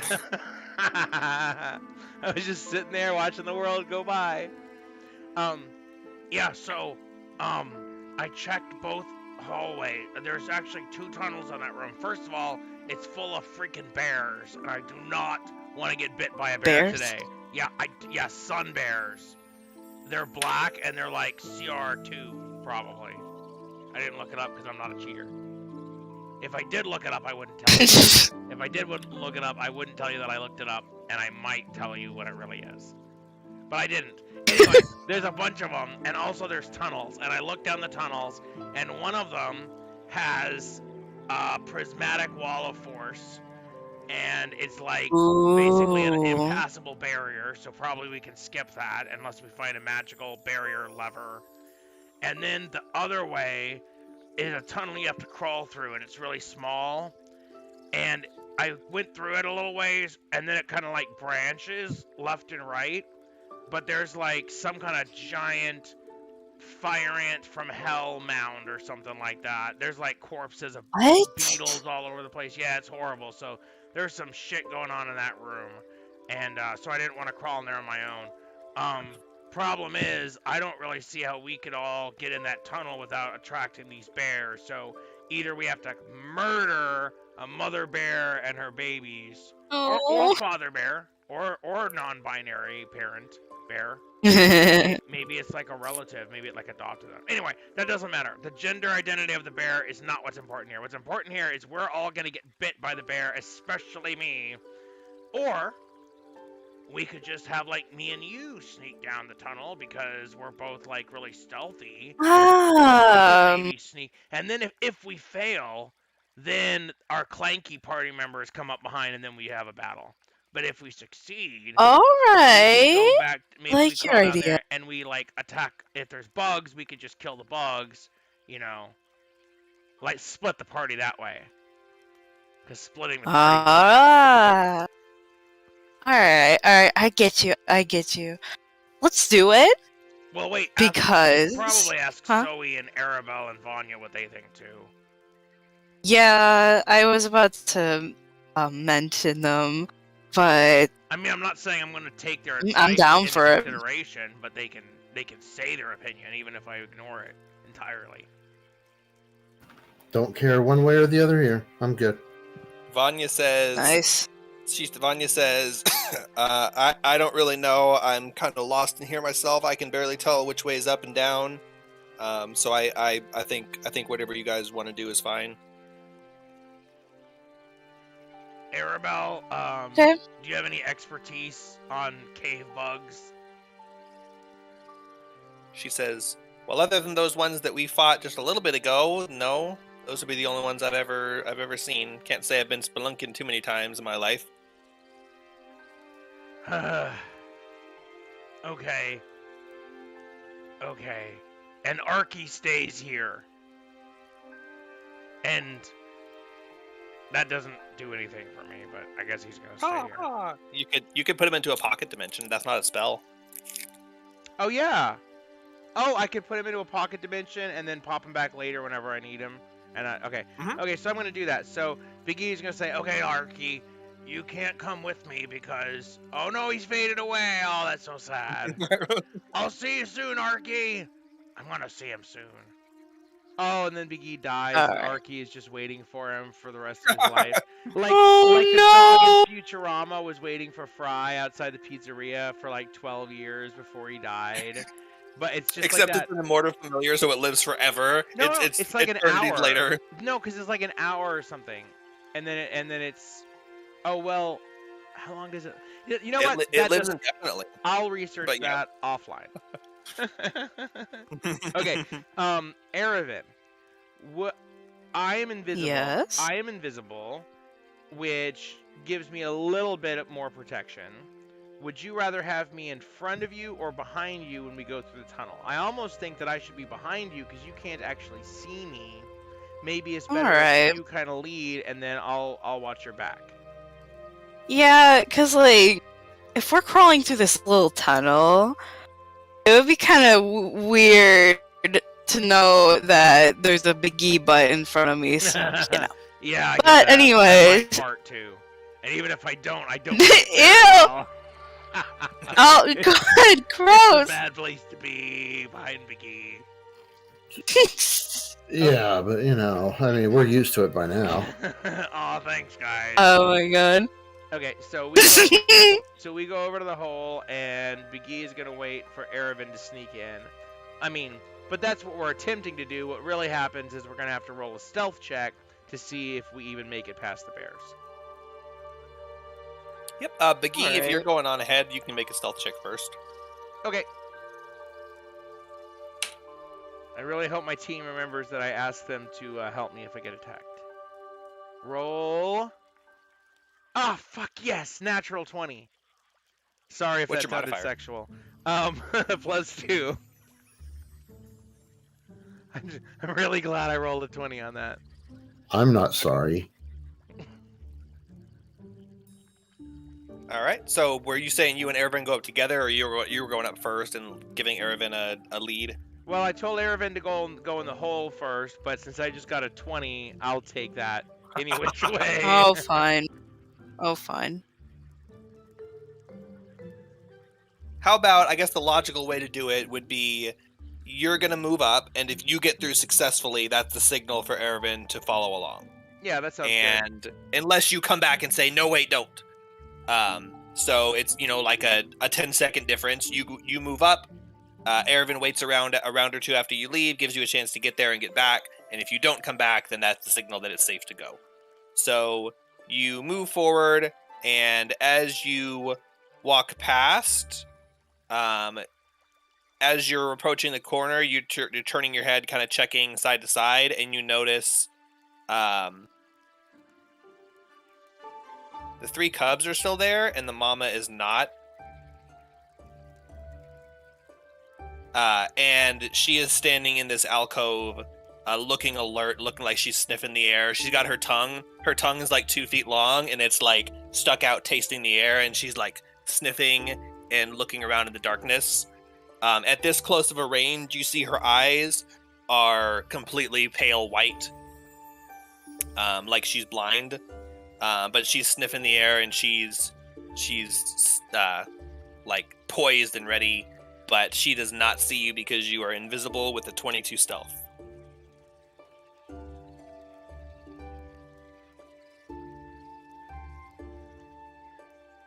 Hello? Oh shit, sorry, I was on I'm mute. here. You guys really need to Google sun bear tongue. This is some crazy shit. No. No, just Google it. It's an animal. Just an animal with a tongue. I have a I'm so jealous feeling. of this tongue. I I want to make that my phone lock screen, like the bear. No. And then but the bear with his mouth closed. But then when you swipe it open, then it's the bear with his tongue sticking out. What the hell? Okay. Okay, great. So there's no way I can communicate with my party, basically. I cannot. I mean, I think technically, couldn't I make a check to try to sneak past the bear? You rolled a 20 stealth. You could. I think there's enough space that you could technically sneak past. It's one size Erebin, bigger than me, right? Yeah, and there's a little bit of wiggle room, but Erebin was told to follow up 10 seconds after you leave, so you could like be like, oh shit, this is gonna be a fight, and like get behind it and get the jump on it for when Erebin walks into it, but Erebin won't know that. Okay, but I guess, does it look? Can I get past this thing, or is it gonna be like? Okay, I just want to know. Is it an auto? It automatically notices me. I have to roll to see if it notices me, or I can walk by with myself. With your stealth that you've already rolled, there is plenty of room, and it already hasn't noticed you. It already rolled a perception check to try and find you. Okay. You can sneak past it and do whatever you'd like to, as long as you don't enter its square, which there's room to wiggle. The hallway's three squares wide. Yeah, you're right. It is. I don't have to go through a square. So that's what I'm gonna do, and I'm just gonna wait over here at the hole, and I'm just gonna watch in awe at how Aravan is gonna sneak past this bear. All right. Because I'm invisible. Aravan, your party member, Yes. walked down the hallway and said, "Okay, follow me after about 10 seconds. If I don't come back, that means it's safe to come forward." And it's been 10 seconds. So, Oh, whatever okay. you'd like to do. I'm gonna go. I'm gonna follow after him. All right, make a stealth check. So, Oh, boy. if I remember correctly, a creature has disadvantage to perception checks against another creature that's invisible. So, I wouldn't know, but I think that the sun bear rolled its perception check with disadvantage. So that's what I think happened. So, Aravan it's not going to be rolling with disadvantage. So it has a creature. you You did make. I will also tell you, you did make a very good nature check earlier. Now that you're standing here considering these things, you do not invisibility. Yes, disadvantage. You also have disadvantage on a creature you can't see clearly. However, sun bears and other creatures like animals have advantage on perception checks made to smell or hear. Shit. So you consider that and think, well, maybe it didn't have disadvantage if it's listening. Hello, guys. I got a 25. I have expertise in stealth, so you know. Oh yes. Okay.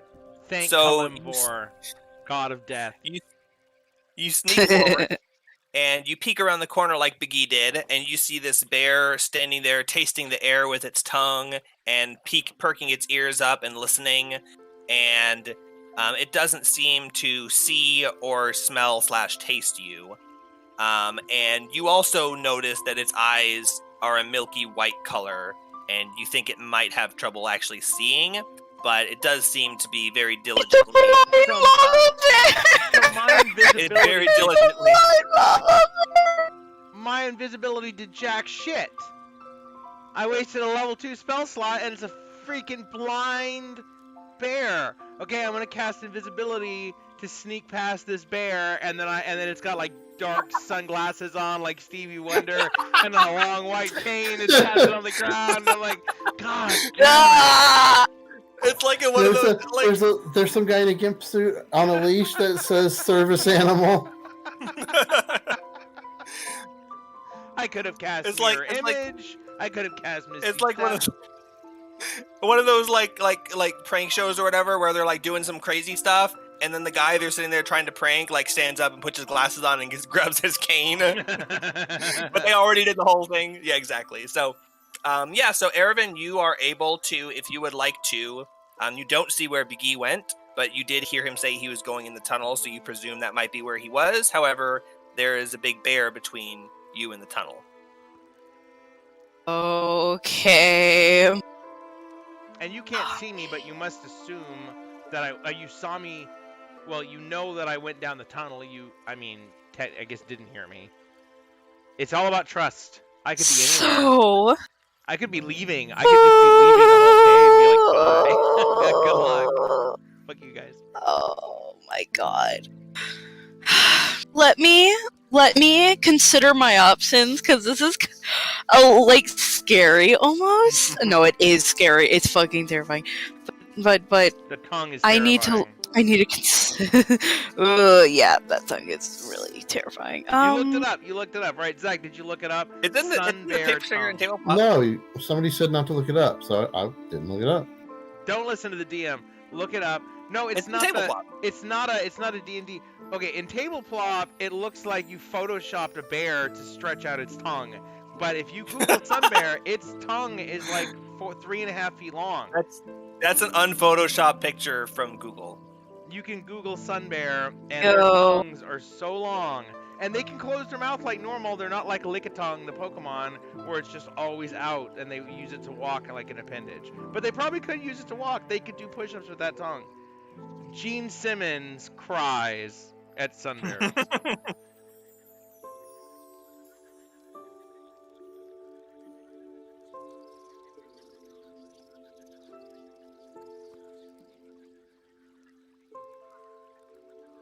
Tons. Okay. I was looking, and I thought maybe I could use suggestion, but I think that's only for humanoids, like that have an intelligence above an animal. So I'm gonna still look. No. Wait, Huh? It You does can- have to be able to understand you, I think. Let me keep reading. Wait, what ability are you Um, talking about? Suggestion. I'm talking about the spell suggestion. Oh my it god. Second does level have spell. it does have to be able to see and understand, or hear and understand you, but it does not exclude any type of creature. You would just have to be able to Okay. speak to it. So if you were a whatever Raxlor is, or if you had speak with animal cast on you, you could totally cast suggestion on an animal. But no, not this in this case. Oh yeah. Yeah, it has to be Not able in to this understand. case. But good idea though. This is Oh, what I'm saying. alright. It could be a Well, combo. let me If keep if looking. we had a druid or a ranger right now, that would just be so Ah, funny. bro!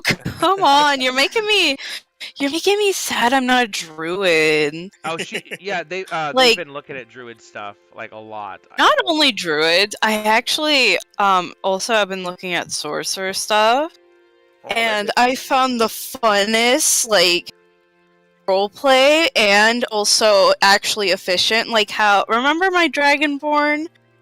Like it was cool. It's a cool idea, but like short stats. But for a sorcerer, yeah. apparently satyrs, satires, I don't know how to pronounce them. Satyr. They can work too. So Satyr. I've been like satyr. What? I'm kidding. A No, satyr. satyr. So I've been looking this up all day actually before we started today. I have the satyr book. The book Yeah, that has I the know. satyrs I in was it. gonna ask for it. I was gonna ask for it later, but Oh yeah, they do have really good sorcerer stats. yeah. So, just saying, might consider that, or I might make it just some bench character or something for now. Yeah, you haven't decided on anything, so I told them they should just make a whole bench of characters, like Yeah. a roster. So it's like, oh, we're doing another one shot. Spin the wheel of characters. Woo! Yep. Anyways, back on topic. Let me keep looking. You can baseball slide under the bear. That's true. Wait, I have the spell sleep. Wait, hold on. Let me look up the oh stats. god! Oh god! They're gonna aggro. Oh, Aggro's jeez. coming. I didn't say they have to come up with what to do, right? Because all I said was this is what I'm gonna do, Yeah. and Aravan is assuming that that's what I did. So Yep. Yeah. if you make it a battle, you make it a battle. I don't want to make it a battle. I'm just afraid Okay. that I just don't want to kill a mama bear. But if its eyes are glazed over because it's a zombie bear or it's like possessed or something, like the swine in the Book of Luke, like I'm fine to kill these. You know what? I'm gonna do this. Not magically. And you're right. I can just kind of like just barely get past them, like slide past them or something. There's a 5-foot gap. You can get by. Stealthily. Very stealthily. Let's try that. Yeah, you made a really good stealth check, so you're able to sneak on past it. Biggie, were you already in the tunnel while you were waiting on this? Scary. No, I want Aravan to go in the tunnel first. Okay, so you did. I think you did tell Aravan to go in the tunnel first. So, I did. Are you standing right in front of the tunnel? Yeah, like right off to the side, like right where I am on the map. Like, so are you on the other side of the tunnel, or are you between Aravan and the tunnel? Like, is he gonna bump into you when he walks up there, Oh, I see what you're saying. or are Fine. you giving him a clear path? Hold on. No. How about that? Is that acceptable? That's what I was asking. You don't have to be in that exact square, but yes, that makes that clears it up. So yeah, if you'd like to, Aravan, you can move like this, and you very carefully sneak past it, making the assumption that it cannot see you. Don't fart. and Oh my you god. It does seem to react as you walk by. It does seem to react like it had some sort of a vision or something of you, like as you walked by, but it doesn't seem to have great vision at least not great vision. Like it can't see in the dark or anything, or it would have seen you 'cause Okay. you walked straight in front of it. But it did seem to kind of react to you, and it just kind of like starts wandering forward and sniffing, and it kind of like walks over to the edge of this thing and then lays down. Well,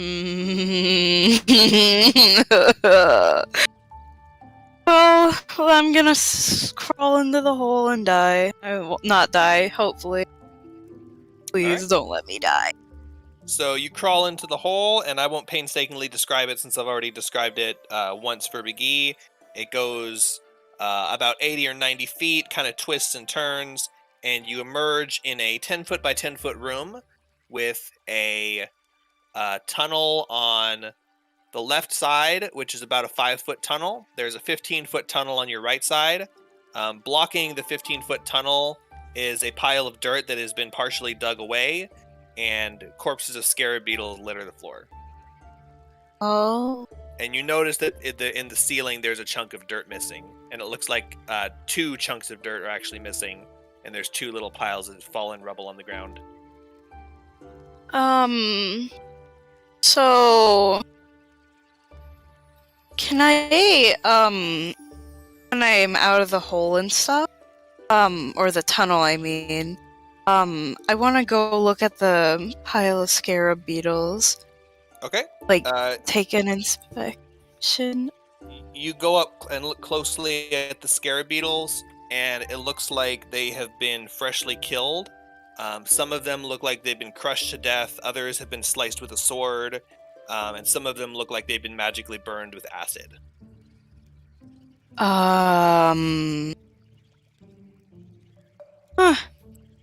Wait, these are our beetles. It took me a moment. It's our beetles. So far? Yeah. I have no idea.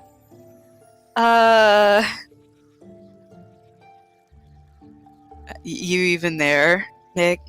Aggie? Yeah. Bro?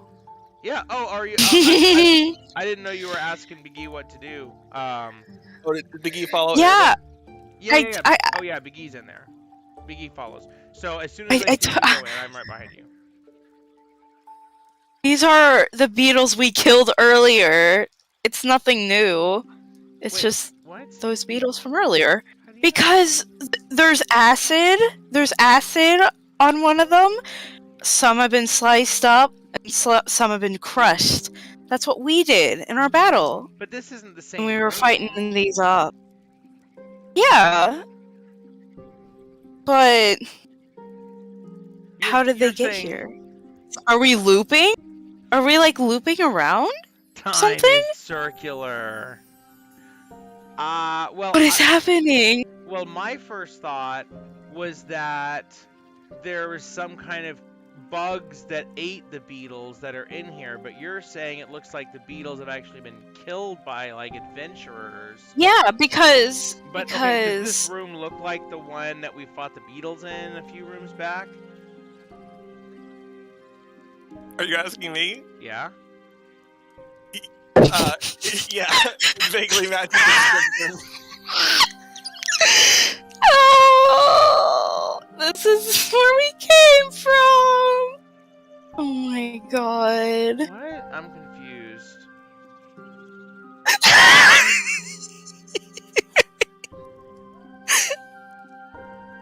Do you want to make an intelligence check? Yes. Make an intelligence check. 20 natural. What'd you roll? 20 natural plus 3. 20. This room looks identical to the one you were in before, and the way the beetles were killed is identical to the way that you guys killed them before. Oh, the tunnel to the right is identical to the tunnel you just Jesus came. Christ. Oh my god. Kalimvor. Oh, this was the tunnel that we were gonna go back to. This is the tunnel. This is just the tunnel. It's not Oh linear. my God. There's just 2 ways to get to this room. This is why the whole map So all is of this. flip-flop, so that we can cheat This by is why- looking at the geometry of the map. No, see, it's so twisty and complicated and turning. that it was hard to even tell. Which it worked, and then that effect worked perfectly. The getting lost in a cave effect totally worked, because you're like, what? There's no way this could be, and you're like, I don't know, 20, a couple 100 feet of twisting, curving tunnels. I start kicking the dirt mounds angrily. you kick some little carapaces of dead beetles. I really like how really like that Willow actually figured it out while I didn't. Not the characters. I'm talking about Willow and Nick. That they actually realized it. My and I'm like, what are you talking about? That's my character. Okay, well, what? Okay. If kicking the dirt mounds doesn't make anything else aggro me, I'm gonna walk all the way around back to Zoe and tap him on the back. Oh my god. You tap I'm Zoe just on the back. gonna follow. I'm just gonna follow Biggie. Do you let Big E go first to tap Zoe on the back, or do you Yes, walk through? yes. Okay. Zoe, make a wisdom saving throw.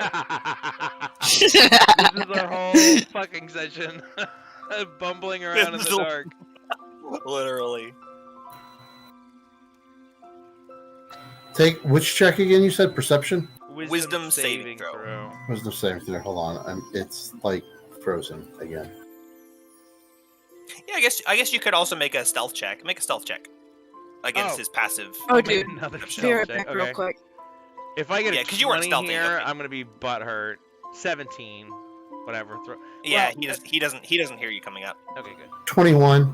Okay, you touch him on the shoulder, but he immediately realizes he pauses. She pauses, turns around, sees that there's no hand, and you surmise that it's probably Big E. And Big E says, just like at Christmas 2019. Or was that New Year's? New Year's. It was New Year's. Knock, knock. Yeah, he comes up from behind, gives me a hug, and I'm just like, hey, James. Oh, that's right, because he was here, and then you came over, but you didn't know he was here, and we hadn't seen him in years. Right. So we just had him come jumping out, and you didn't even care, and he was disappointed. Hey, you never have been able to surprise me with James yet. Oh yeah.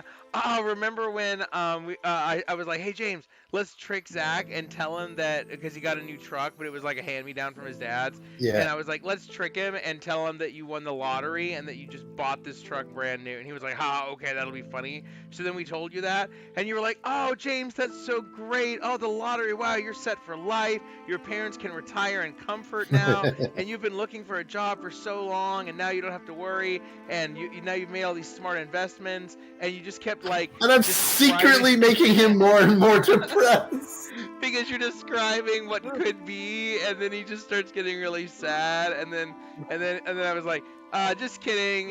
This is a hand-me-down truck from his dad's. He's still poor and has no job. And he's like, haha, gotcha, Zach. No, you got yourself. Sorry.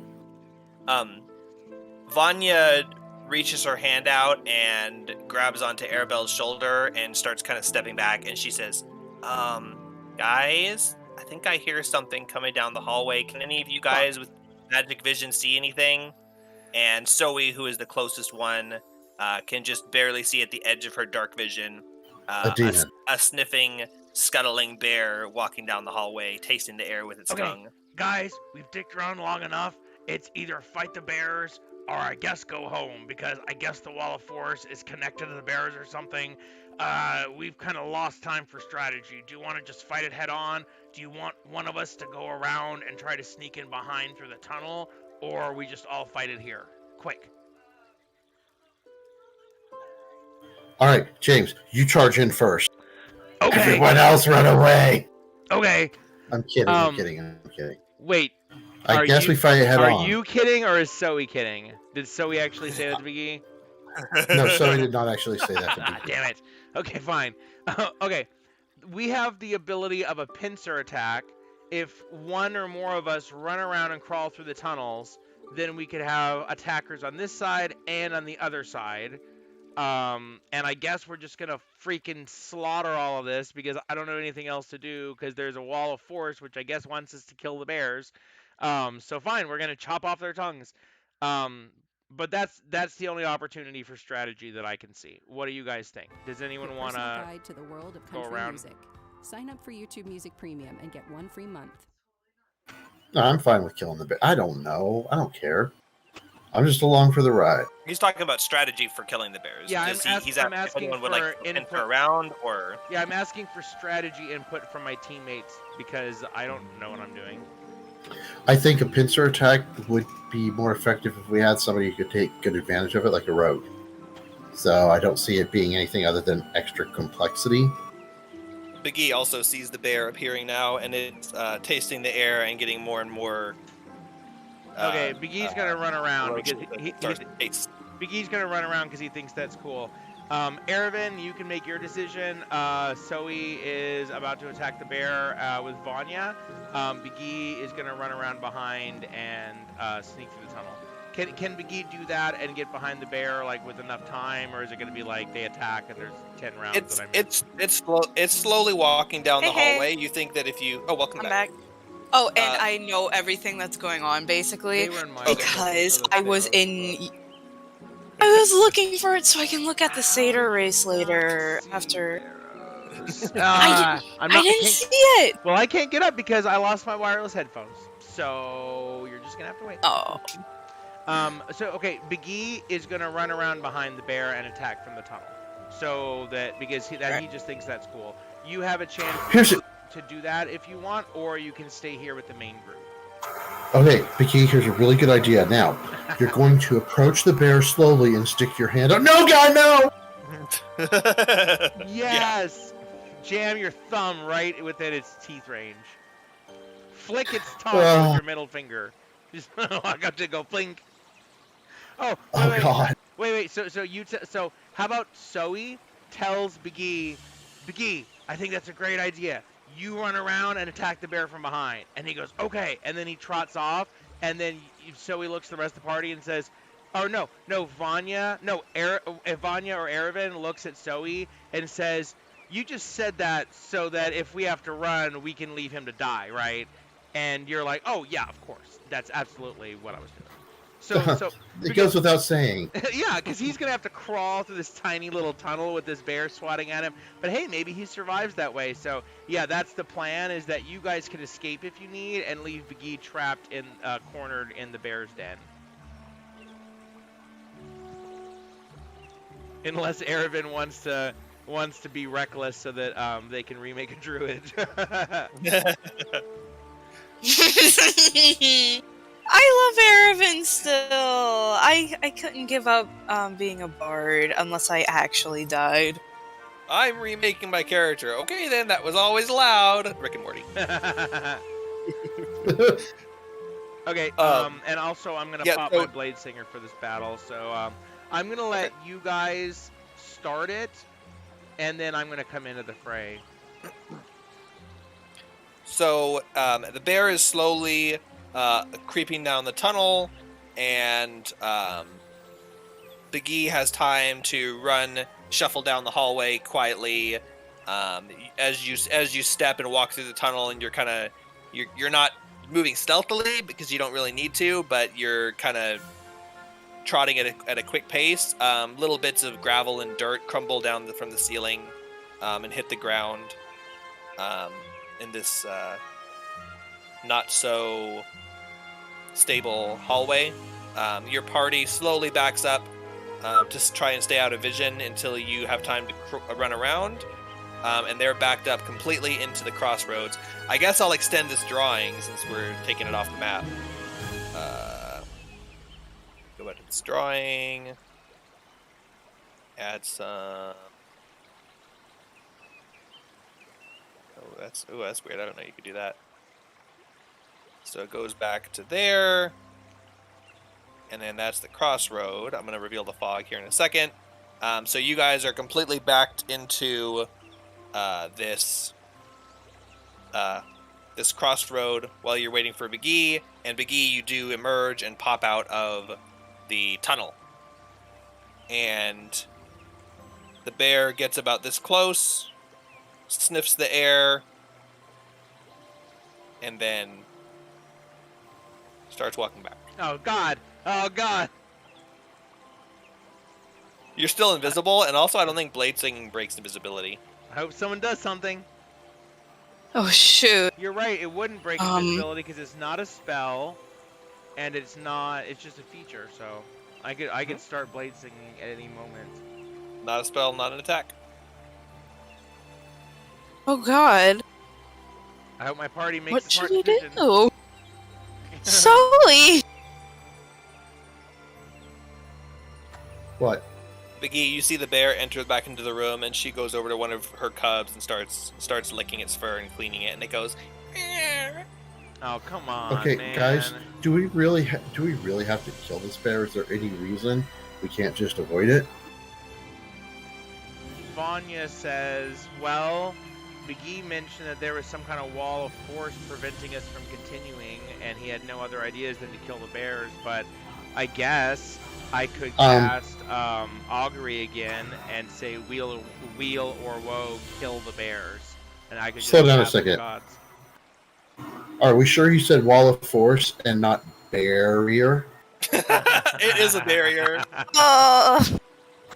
Okay, sorry guys, sorry. I had to get that out of my system. And I've that's the, been joke dying. that's the joke that's gonna get cut out from the copyright. Ooh, piece Oh of my god! How did we know that that was one of Walt Disney's signature trademark lines that he only made to the highest level in the 31 Club? Damn it. Didn't know. Copyright. Oh, I'm just gonna get a highly copyrighted song, and anytime I say something that I don't want to be public, I'll just turn the music on. Then only you guys can hear me.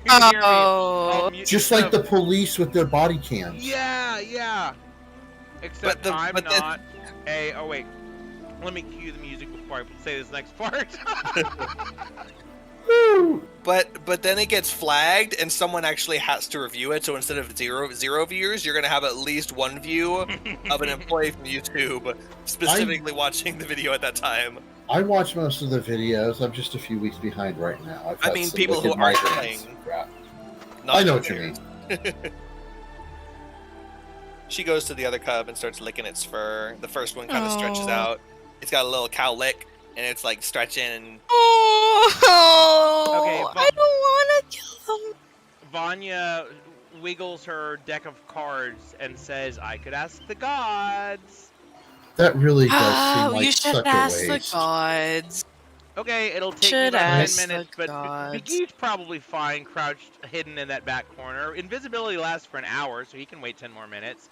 He'll just be Without himself. explanation. But he doesn't want to move because anytime he thinks he's trusting you guys to make the first move. That's the one thing he said. He said, "Okay, you guys make the first move. I will wait for your signal no matter what." And for 10 minutes, you know how long 10 minutes is when you're crouched in the back of a cave full of bears? A long time.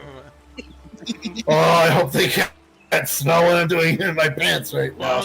Longer than the extended Kingdom songs that they play at the assemblies and conventions. Oh, and you know, bears and animals like that can smell fear. It has an actual smell to it. So the longer he's there, the more he realizes that, which scares him more, Yeah. which causes the effect. He's like, how do I worry about not being worried? Yeah, and he starts getting like fear farts, and his tummy is rumbling. Like, no, and his What? advantage on perception checks related to smell. No, I can't fart. And he's just like clenching as hard as he can, and he's getting sick to his stomach. He feels like he's gonna vomit because he's holding into farts with such strength for 10 minutes. And it's like just building up like a small little CO2 cartridge that eventually one of these times is gonna go. This is what roleplay is for. So that's what McGee's doing, and Vanya is going, "Oh ye gods, I ask unto thee, be it weal or woe, if we slay this bear and her children."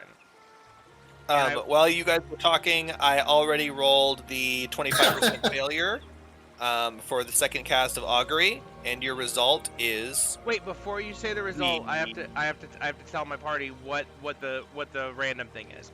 Okay, so if you cast the spell 2 or more times before the next long rest, there is a cumulative 25% chance for each casting that you get a random reading, and the roll is in secret. So what that means is he rolled, let's say, a D4, and if it's a 2, 3, or a 4, he's going to tell us the real answer. But if it's a 1, then he's going to roll another D4, and he's going to give me a random answer.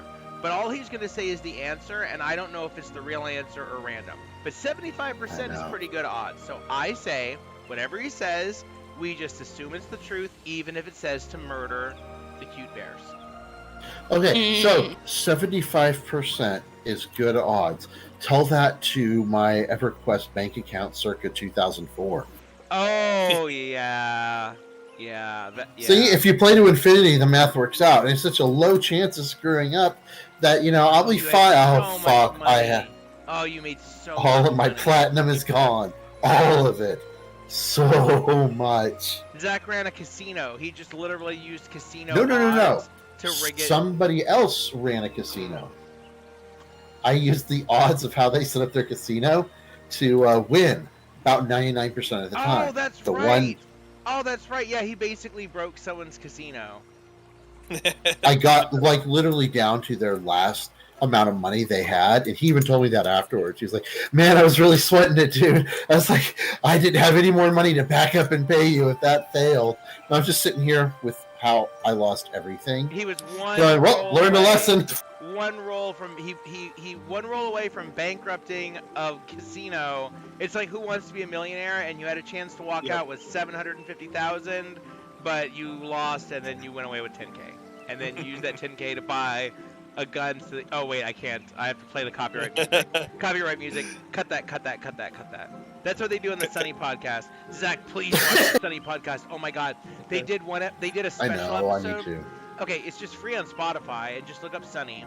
And they did one special episode because they went in, and the whole time they didn't even mention the episode they were supposed to be talking about. Mac was just going on about this story of this guy that cut in front of him and his kids at In-N-Out Burger, and he almost got in a fist fight, and his kids were like egging him on. He's like, no, violence isn't the answer. And then a second car drove up.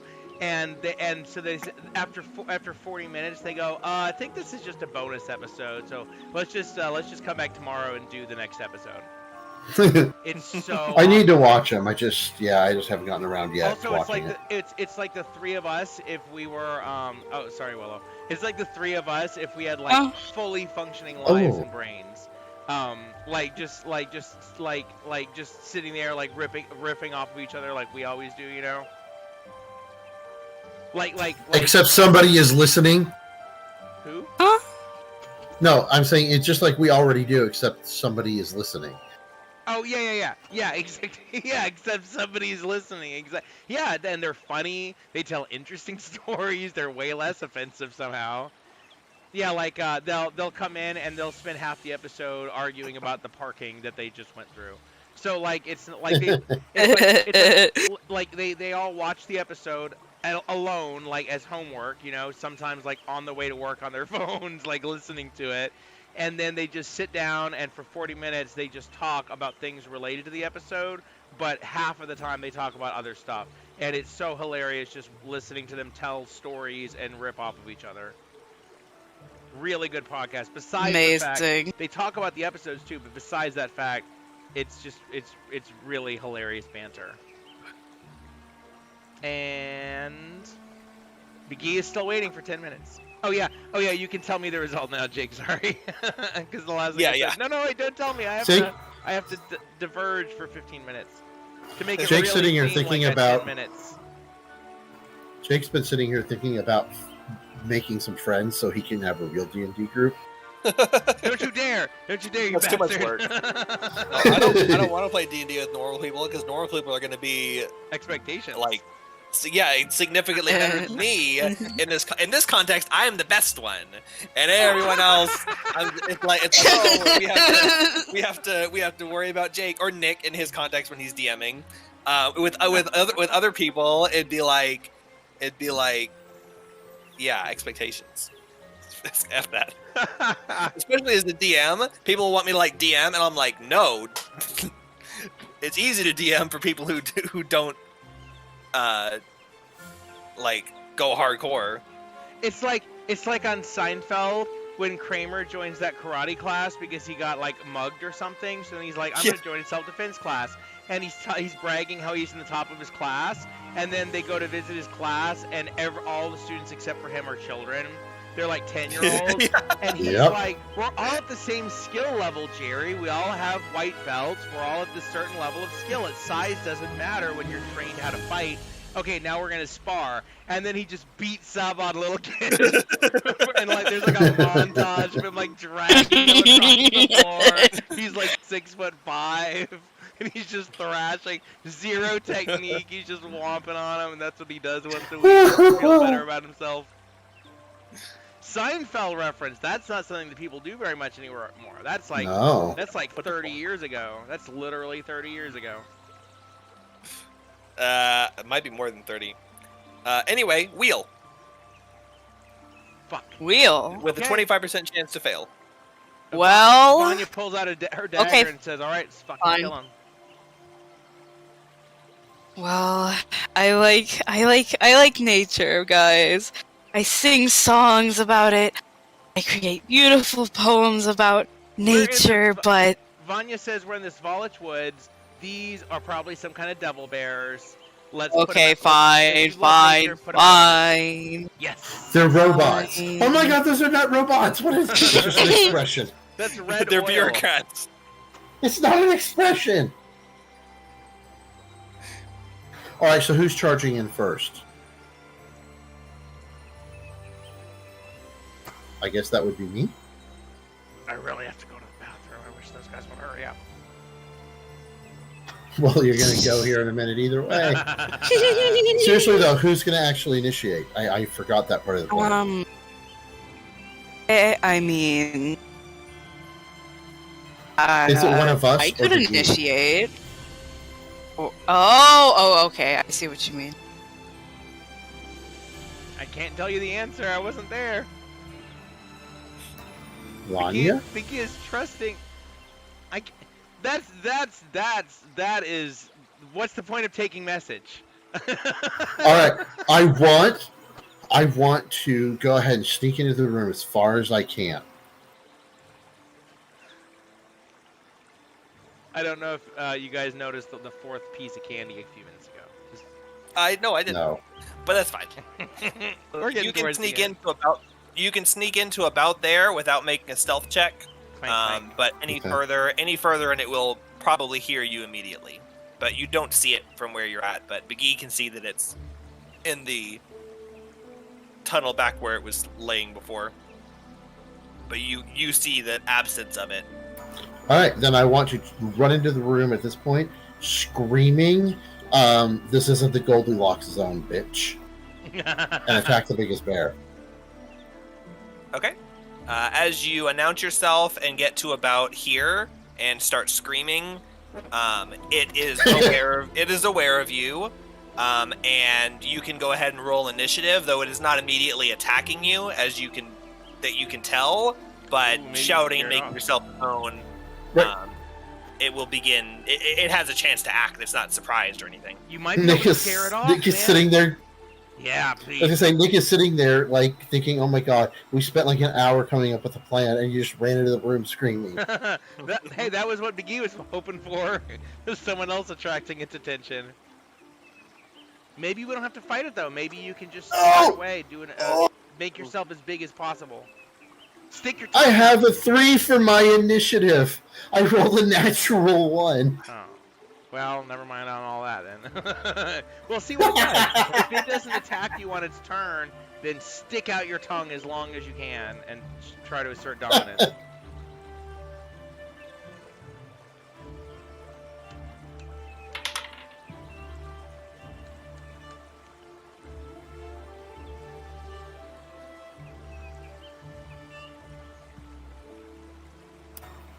Jeopardy song.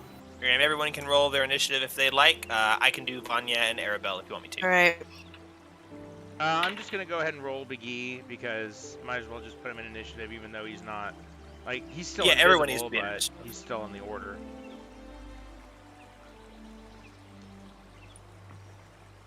Oh, I rolled mine, so it's 17. Okay.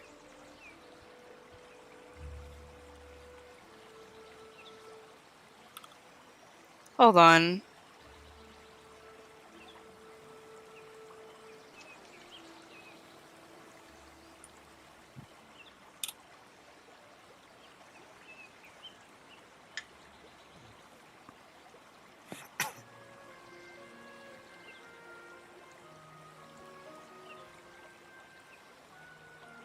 15. Sorry, that took me a moment. I was missing my dice. Like, I misplaced them. As long as you found them, that's fine. I Yeah. had to add everyone anyway. Okay, then initiative is set with the bear going nearly last, Zach going dead last, and Big E going first. I run into the room screaming, nothing happens, and James runs into the room. Um, Oh my god, it's so true. Big E, you can't actually see the bear from where you're at, but you can kind of like you can see like through the corner like where it is, but it's just on the edge of your dark vision, and it's like behind some walls, but you see that it's sitting there. So you see the bear as you shout and make noises. It looks startled and stands up on its four legs. It was laying down, but it stands up quickly and starts shuffling towards you, tasting the air and growling. Okay, alright. Big E goes first. Big E has a plan. First, he's going to use his bonus action to activate Blade Singing. And you would think that that's like an attack bonus, but actually it's a +3 armor class bonus and +10 feet walking speed. So actually it's more of a run away and not die ability. Oh, he can do damage too, but his damage is always on. AD too. This is just his defense. So yeah, he's entering defensive mode. He now has 19 armor class. And then, Nice. unless there's a huge outcry of protest, Big E is going to use his action to cast Minor Illusion behind the bear in the tunnel coming the other way, and make the sound of some horrible, scary creature that bears are afraid of. And because Big E is hoping that we can actually like scare this bear out of here, and maybe we get the bear and its cubs to leave the cave in fear. I don't think you thought Good this all idea. the way through. The No. only animal that bears fear is man. So you're just going to be making human noises. The sound of a hunter saying, of a bear trapping hunter, and he's like, "Oi, mate, the bears are this way. Come on with your bear skin cap and your bear skin boots and your bear teeth necklace." Which tunnel are you casting that on? The one with the wall of force. Because I'm trying to like scare him away from the wall of force. Are you going over there first? It's a 30-foot range, and you're still invisible I until see you what cast you're the saying. spell, but you'll be invisible. Oh yeah, you're right. Okay, so let's see. I guess I wanted to come from here, so 30-foot range. Okay, so if I sneak to like here. And you'll also no longer be invisible as soon as you cast it. I know. It's gotta happen sometime, so I'm gonna break invisible by casting Minor Illusion over here, and I'm pinging it. And it says I can do a lion's roar. That's pretty scary. It says a lion's roar, a beating of drums, or any sound you choose. It can be a volume from a whisper to a scream. So it's going to be like a lion's roar, and then the sound of like a clamoring crowd of men. Like just like some scary like army guys like just charging down the tunnel. Okay. And that's my turn. Nothing else, no damage. That's my turn. All right. You can roll an intimidation check if you'd like to. Oh, goody. I might be trained. Let's see, intimidation. Oh no, it's performance. As my bonus. Shouldn't it really be a performance if you think about it? Because if you're trying to come up with something that would frighten it and scare it and intimidate it, that would be intimidation. yeah. -1. So that's If you're trying to like confuse it or something, or do some other sort of action, it might be. I might say performance, but no, you're definitely trying to scare it. I'm just trying to get the bonus. Okay, so that's going to be 12 total. Okay. So the three cubs look a little bit kind of startled, but the bear doesn't seem to It's a big bear. have any sort of reaction. Blind and deaf. No, it hears it. It just doesn't seem to pay much It just- attention to it. It just doesn't care. Alright. Its ears twitch. You can tell, like it noticed it. Oh my god. It's more focused on the fresh meat in front of it, and it's Aravin's turn. Uh-oh. Okay. Hold on, let me get up tablecloth. I could have used my invisibility to gain advantage on my first spell attack, and I could have upcast Chromatic Orb with as a level 2 slot and just dumped like 30 damage into it. But I made a scary noise, and I'm happy with my decision. Hey, it didn't cost a spell slot. Well, I mean, yeah, true. I'm not here to kill, I'm here to role play. I mean, and also kill, but in a role-playing way. How would Begee kill it? Or how would he try? But, okay, question. If I were to cast Tasha's Hideous Laughter on an animal, would it work? Like, No, it would has that to would be that able work? it has to Or be does able it have to speak be a at least one human? language. Yeah. Okay. No, Man. it doesn't have anything to do with language, and it doesn't have anything to do with creature type. It has to have an intelligence score of at least 4, though. There you go. Oh. That's kind of the talking threshold. Yeah, I just saw that. Okay, that sucks. I wanted to like try to get a nice spell on it, but Yeah, you don't think this type of a creature would be affected by anything requiring intelligence, from what you can see. But you could always try it. what? Oh, that's true. A beast actually. would normally not have intelligence greater than 3, which is why it sets Tasha's Hideous Laughter at 4.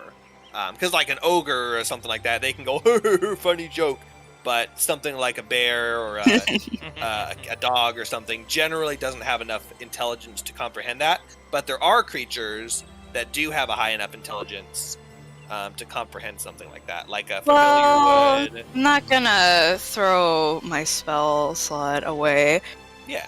So, I'll just shoot it.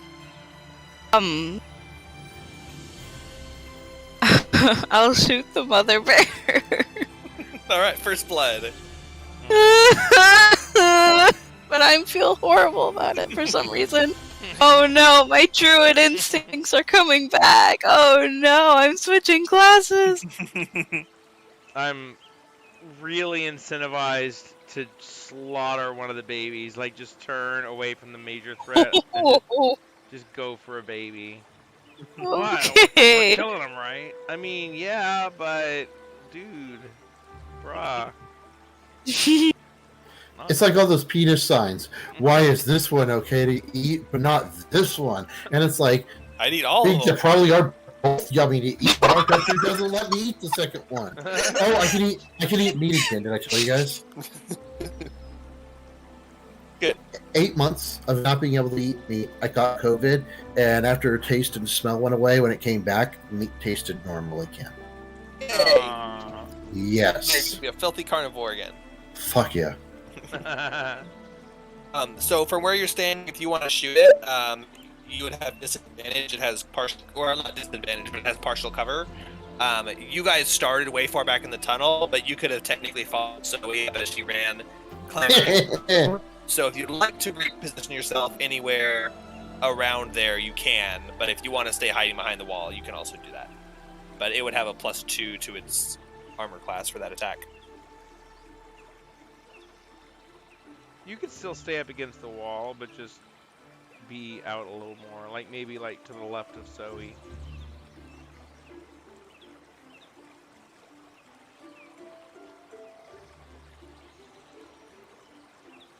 I'm sorry?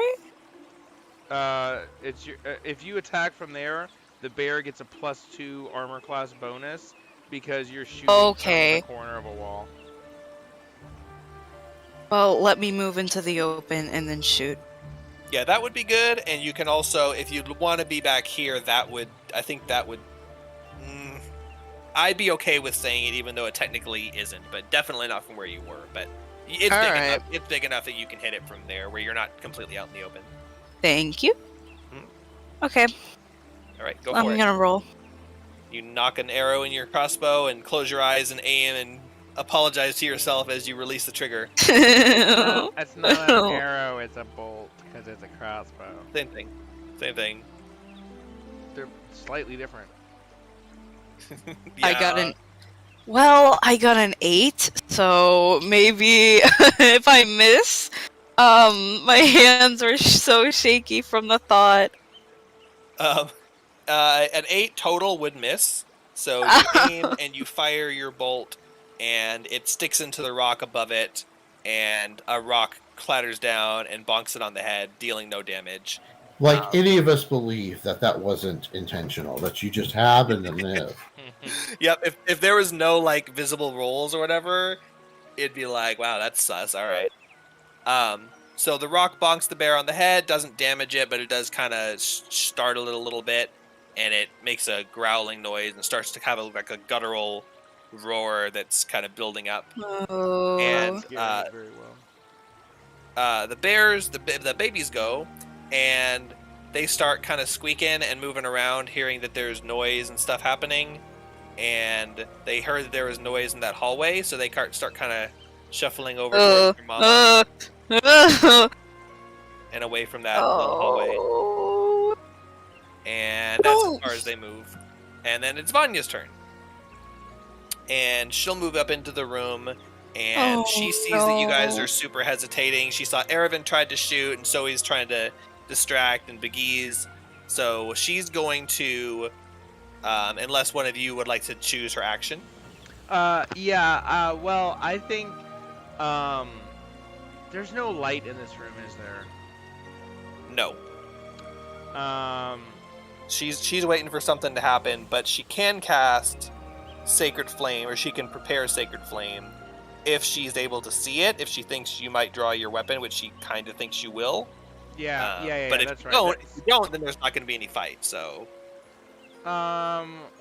Well, should I hold my action until Begee draws his blade, or no? Wait, Begee drew.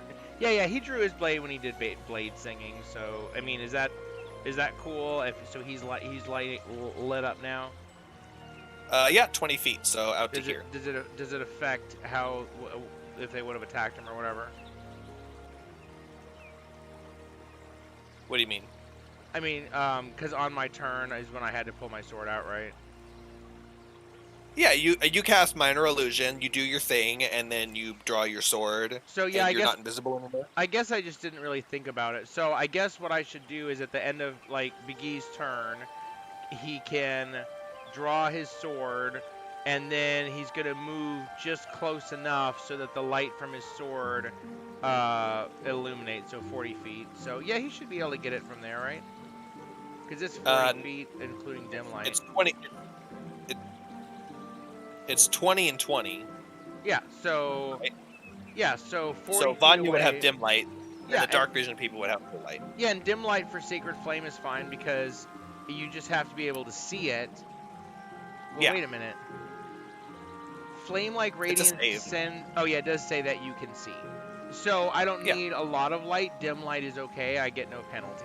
So if I'm doing that, then the bear is in dim light, and Vanya can cast Sacred Flame. Yeah. Okay. So do you want her to cast Sacred Flame on it then? Yes, dexterity saving throw. And Okay, no benefit from cover. She sees you draw your sword and signal the beginning of the battle along with all the other people rushing in, and she's like, okay, well, it's time to go nuke some shit. And she gets just in vision of it and casts Sacred Flame.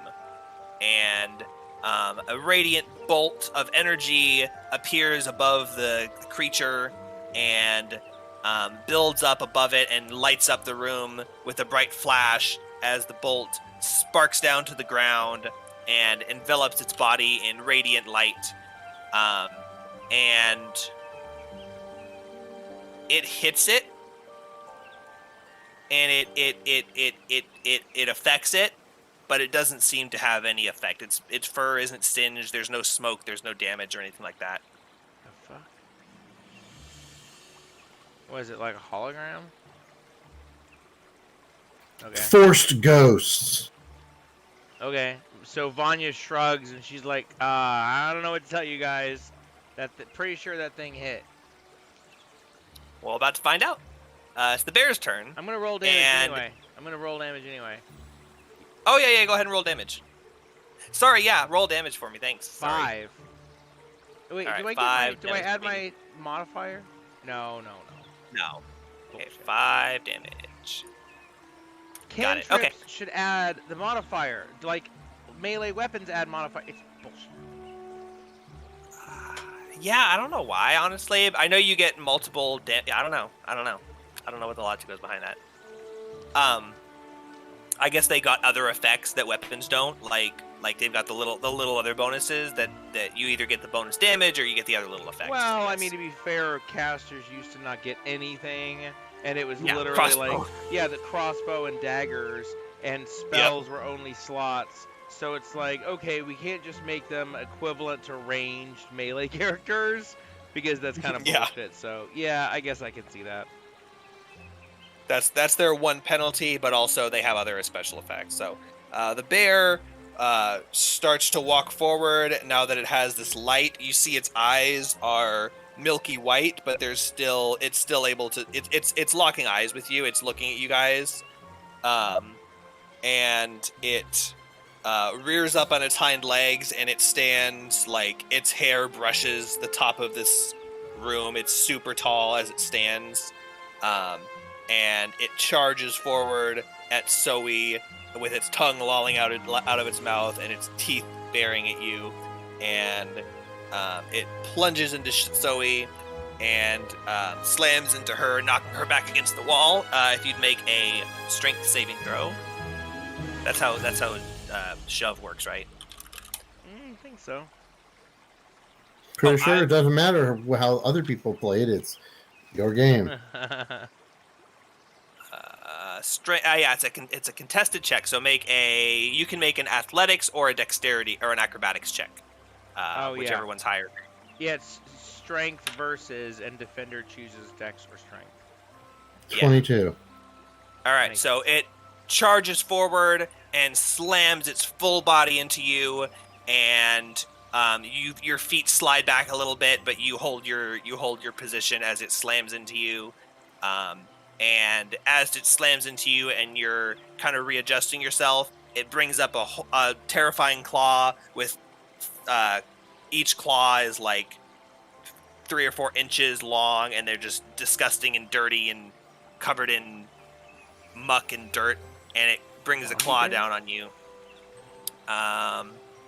Does a 21 hit? Yes. All right, the claw connects with your shoulder and gouges through your armor and leaving rings flying through the air, and it deals 7 piercing damage to you. Not holograms. That was not a hologram slash. I don't know. I barely felt that one. I'm not convinced it's not a hologram. That was not mocking you, Jake. That was to my team. Yeah, you're mocking the enemy. That wasn't that much damage, but yeah. Mocking so it Jake is my job. It stands up tall and roars and shakes the cave as bits of dirt crumble around. And Arabelle, I'm just kidding about mocking you. She goes, and she's looking around like she's trying to figure out which is the worst situation to be in. And she runs out and she goes, "I'm gonna go in here with you guys. It looks a little bit safer in here." As little clumps of dirt are falling down around the tunnel. But she's not going to take any action unless you guys direct her to. She doesn't have any real weapons. Was she borrowing that crossbow still? She gave it back to someone, right? Oh, that was back at Strahd's castle. So I mean, that was a different day. Yeah. So. Yeah, I'd assume she'd give it back. Unless she wants to carry crossbow, we would let her, but we're not going to insist on it. She would accept it if someone gave it to her, but she's given it back, and no one has returned it to her, so she doesn't have it right now. I don't want her to die. Yeah, she doesn't do anything right now, but we'll go to Zach's turn. Zoe. Kill that bear. Kill that bear. Oh, remember your maneuvers. You can like. Oh yeah. They just do. Yeah, that's flat- what I was looking for. Yeah, they're like just straight up bonus damage and then plus an effect.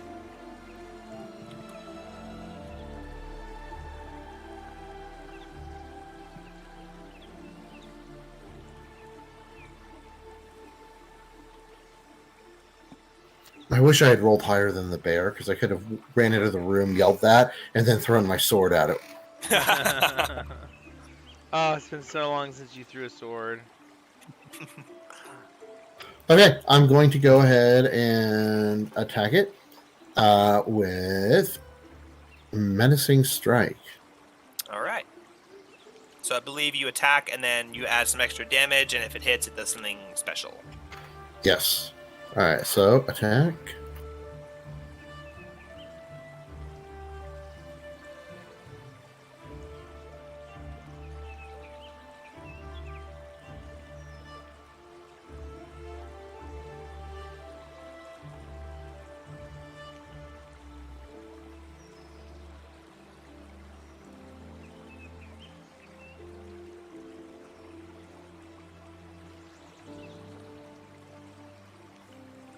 And of course, it messed it up.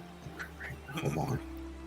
I entered in my attacks with my new, the Morning Star and shit like that, and it's glitched on its saving, and it's all jacked up now. Oh yeah, I see. You just roll a d20 and do it manually.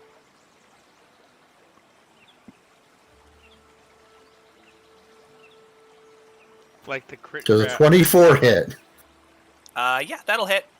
Nice. So go ahead and roll damage. Don't forget to add the d8 for the maneuver die, and I will make a saving throw.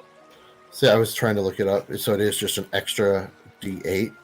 Yep, you add the maneuver die for most maneuvers. You add 1d8, which is the maneuver die, to the damage of the attack if it hits, and an additional effect.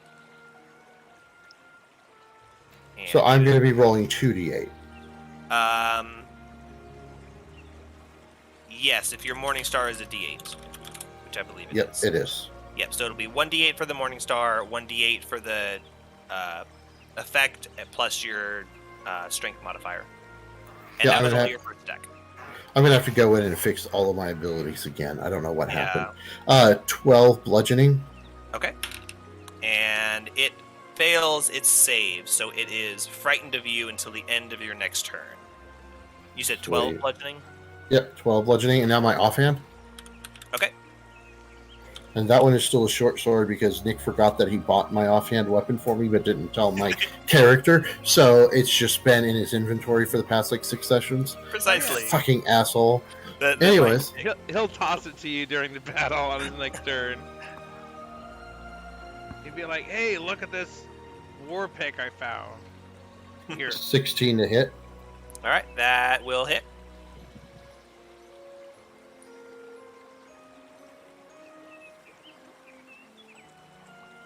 Oh, wait. On the offhand, you're not supposed to add in the modifier, are you? Normally correct. You have an ability that allows you to. That's right. I have the 2 weapon fighting thing. Okay, cool. 8 piercing damage. All right, it has taken 2 attacks. And is that all you would like to do? You could also move to reposition if you would like to, or do whatever else bonus actions that you have. No, I'm good. Okay. So next is back to Biggie. Hooray! And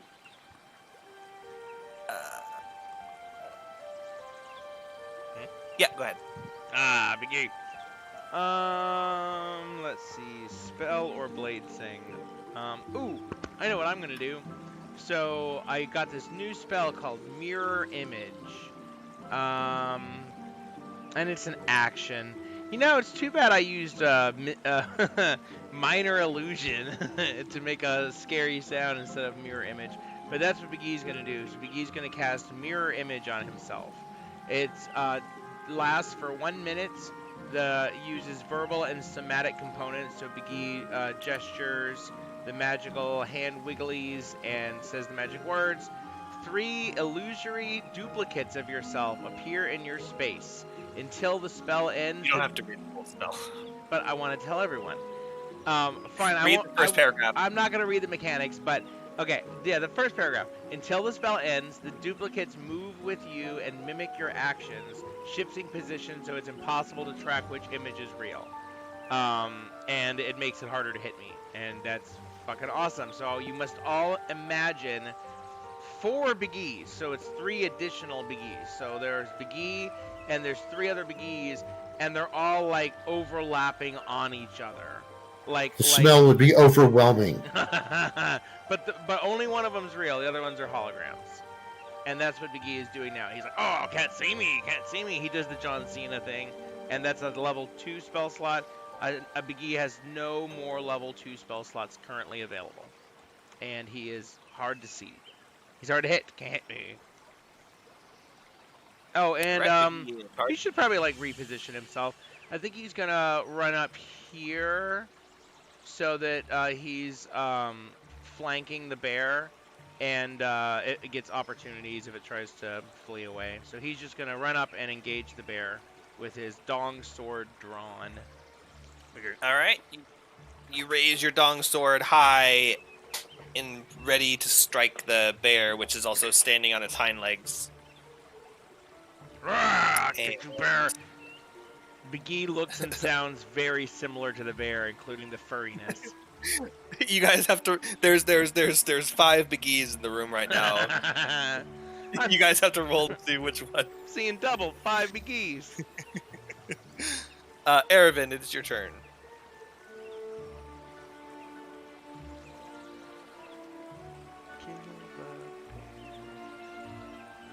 It's Willow if you're there. Willow.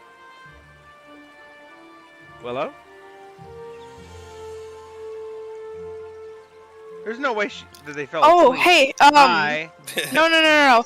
My mic was turned off. I've been speaking the entire time. Also, sorry if you hear Dusty in the background. He's kind of loud. Dusty. What? He's really cute though. So Kill that bear. Oh, Dusty's so cute. Dusty is so cute. Kill the bear. Yes. Sorry, I was looking through my weapons. You probably have a 1d8 rapier. That's pretty decent damage. Yeah.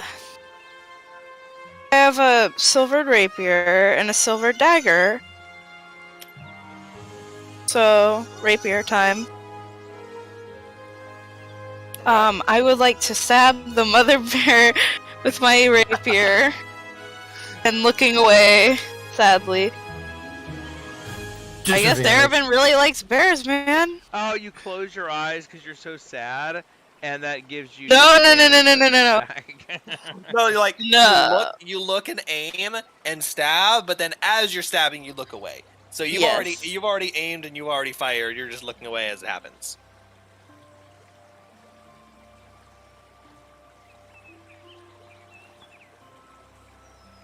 $22. I was gonna say the question is, will it matter? 22 will hit. You can roll some damage. Nice.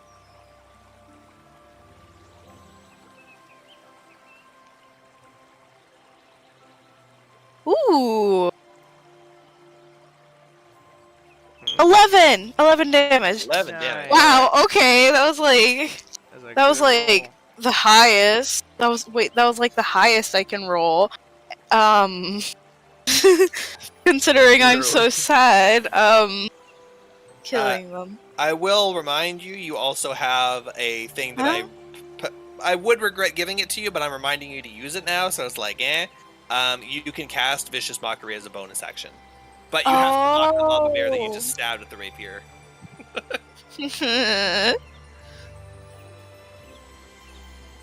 Oh, fine. You don't have to say it specifically, but know that your character is stabbing a mama bear and then mocking it. Well, okay, I'm gonna cast Vicious Mockery. Alright. I will roll my save. Maybe it'll save. Maybe it's got... Oh, yeah, it's saved. It rolled a natural 20, so there you go. It wasted its natural 20 on your Vicious Mockery save. Cool. So it just huffs Okay. at you as you speak meaningless words to it. So as it does that, as you stab it and draw blood, you see this creature is definitely real. I mean, Zoe hit it, and it was connecting, so obviously it was. But blood's coming out of its wounds now. You've connected. You've made it through the fur, and it's starting to bleed. And its fur drips. Its blood drips onto the floor of the cave, and as its blood seeps into the ground, the sparkling lights around it begin to illuminate. And become brighter, and they're actually dim light now. So this room is like starting to glow, and it starts to roar, and its tongue lolls out of its mouth, and its eyes glow bright with white flames. And you see a white flame appear in the back of its mouth as it roars a deafening howl.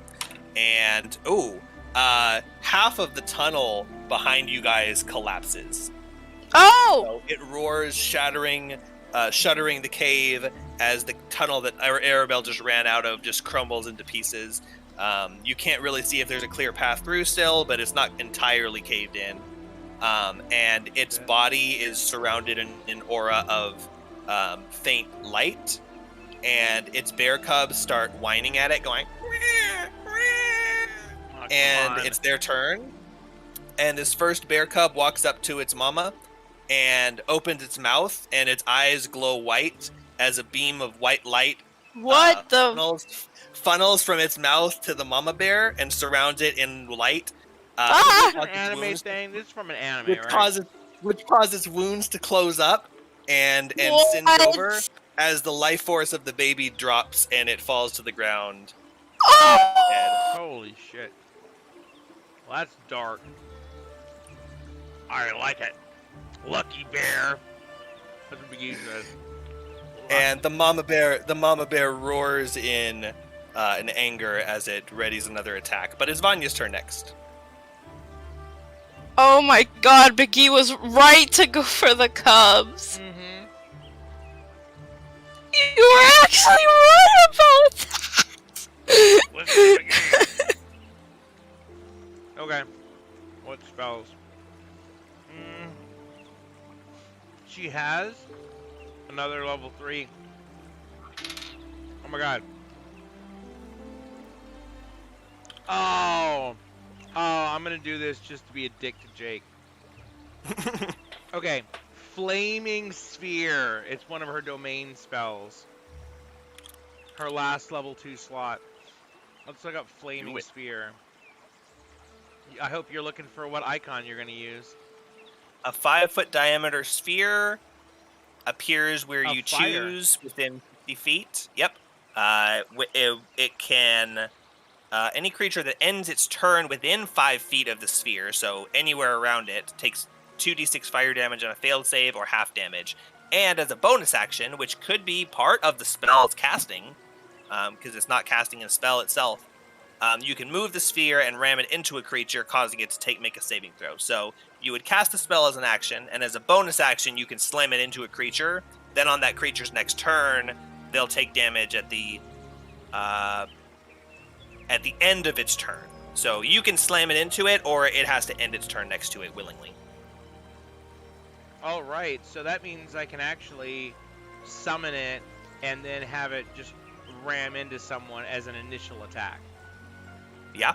Okay, so can you put an icon on the screen? I'm working on it. I don't even know how. So Vanya's gonna do that and summon a 5-foot sphere of fire and just have it blast forward and smash into the sun bear. And she goes, "Hey bear, here's a little sun for ya," and she just boom, summons this gigantic mother effing fireball. Just blah, blah, blah, blah, just blast right into the bear.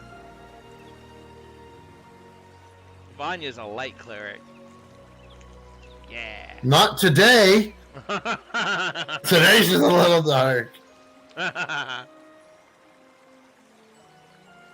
I tried to add an image to this thing and it didn't work, so the N is your fireball. Where do you want it? Fire N. Well, I guess it needs to be like there. If it's like some ramming from Vanya. Or no, it can summon anywhere. Okay, good. Yeah, within the spell's range. So let's blast it in the ass. All right, ass blasting time. It comes from there. It summons over there. So she summons this. She goes, "Hey bear, here's a little sun, bear," and then she summons this giant fucking fireball. Just comes from behind the bear. Bang! Roll that All right, save. roll your damage, and I'm rolling the save. Basic. Oh yeah, it's And damage natural matter. 1. Oh yes! Burn, Barry, burn, burn, Disco Inferno, Inferno Bear. Disco. What am I rolling? 2d6. 2d6. All right, so it's gonna be 8 damage. All right. So as the sphere appears behind it and crashes down and rolls into it, it slams it in the back, where bits of singed hair fall off in clumps onto the ground, and you guys smell the cave fill with a thickening cloud of disgusting, acrid hair smoke, and it roars in pain as its eyes grow brighter and the flame in its mouth grows hotter. And was that Vanya's turn? Yeah, and this is concentration, and she can keep it for up to a minute, which means that as long as it's up, if she keeps concentration up, she can have it basically do 2d6 fire damage each turn. Like, attempt. Yeah, It's like it's an a free extra bonus attack. action. Oh man, she could put spiritual weapon up too. Hopefully she won't need it. So yeah, that's Vanya's turn. That's it. Okay. Spiritual weapon's a bonus action to activate anyway, so you could technically have the sphere up and dealing passive damage. Well, it's a spell scroll, so I think that's an action. Yeah. I mean, bonus action to activate on the next turn. Yeah. Oh yeah. Because you could do like the sphere and the thing, but so the bear's turn is next. It's the flame in its mouth grows brighter as it roars and roars, and it explodes in a blinding flash of white radiance. Everyone except for Arabelle make a Constitution saving throw. Oh. The Vanya bear succeeds her- explodes. Nope. Ignore mine. I clicked the wrong button. Okay. That was just a Constitution check. I clicked the wrong thing. Oh, A that's natural okay. one, of course. You can use the. Oh, Oh, there it you didn't go. matter. Yeah, it didn't help much. All right. The bear exploded. Huh? Like Electro. I the got Pokemon? 11. What'd you say, Arabin? I got an 11. 11. Oh Okay. no. That will not succeed. The bear did not explode, but fire exploded from the bear. And what is Big E's Constitution saving throw? Oh, that's far worse. 14. Yeah. That saves. So Vanya Ah. and Big E both. Oh yeah. Biggie goes Vanya boing, and boing, Biggie. boing out of the way of the fire. You both take 3 damage. Everyone else takes 6 damage and is blind. Oh, Biggie takes 3 damage. Oh wow. Yeah, half damage. It rolled really low, but yeah. How Still much 6 damage? You take 6. And I take 3. Zoe takes 3. Arabin takes. Sorry, Zoe takes 6. Arabin takes 6. Vanya and Big E take 3. Yep, nope, I just got confused for a minute. No problem. Did you take damage earlier? Yes. Shit. Remember, you have 8. It was plus 7. 5. Thank you. You know what? You take. I'm recording that as 1 less, just because you told me the damage, and could have made me go back and look it up. Yeah, no, it was 7 the first time. So does that mean this time I only took 5? Yeah, let's do that. Not used to seeing that HP go back up. All right, and then Vanya took 3. So Vanya's at 35 because she had 38, including the plus 5 from aid. Did I never level her up? Oh, aid. Aid. Yeah. Eight, Yeah, I don't think I have aid. I don't think I have aid calculated on these sheets. I'm not going to worry about it unless people drop below an HP where it matters. No, but wait. Actually, Vanya is lacking aid, right? Because she only gets 3 targets, I think. Oh yeah, she's the one that doesn't have it. That's a good point. But I'm still not going through and adding it to everyone. We'll just do it in our heads unless it happens. I'm tracking I'm it. sure it'll be fine. I'm tracking mine. Yeah, you guys can track it. I care if I die. Making you What is aid +5? Yeah. I'll go ahead and add it just on here.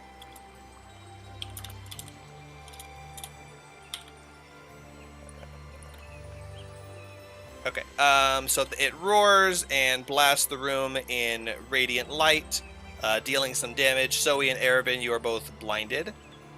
And it is then going to come down on Zoe with a claw. And this attack has advantage since Zoe cannot see the bear. Ah. And that is going to hit. And the claw is going to deal. Where's So my other? Is the sun bear immune to radiant damage because it's a sun bear? You don't know anything. I'm You don't just- know that fact about sun bears. You don't think that's a thing that sun bears do. But this one didn't seem to be affected much by radiant damage. And it seems to be like blasting radiant light, so I'm thinking that this is literally a sun bear. So you take oof.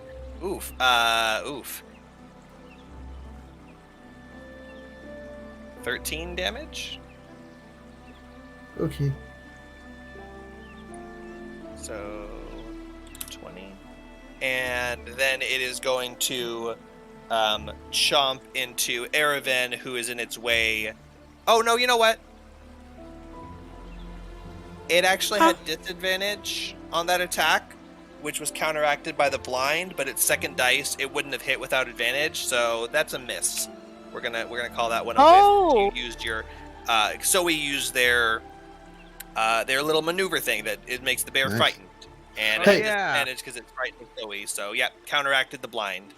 What do you show my Oh, HP at? Just out of curiosity, I want to make sure I didn't F something up. I have you at 33 out of 46. I have myself at 37 out of 51 because I have the +5 temp HP. Yeah, 30. So it'd be yeah, that'd be it. Okay, so okay. I'm the temp HP. I don't have added it, but yes, that's correct. I wanted to make sure because we went back and forth a few times. You do it. It'd be 38. You'd be 38 at 51. Wait, so I'm not blinded? Oh, you are blinded. Oh. So when the bear attacked, Zoe was blind because of the radiance, but the bear was frightened of Zoe, so it had disadvantage on the attack.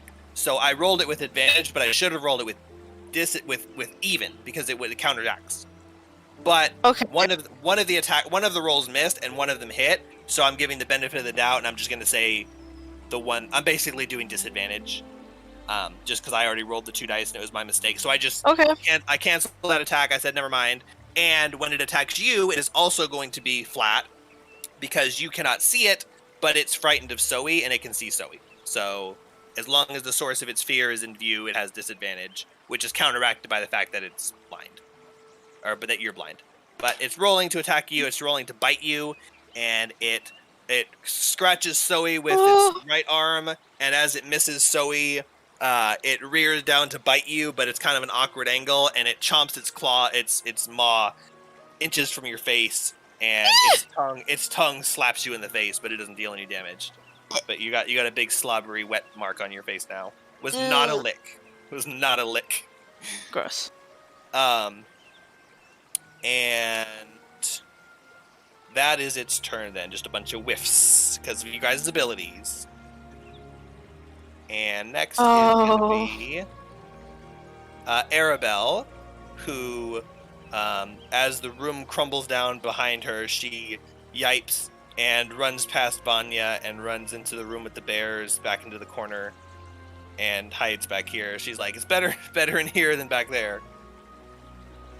And Zoe's turn is next. You are blind, but you can still attack the bear, but you have disadvantage to attack it. No pressure. No You got a bunch pressure of at attacks, all. so. Oh, be right back real quick. Okay.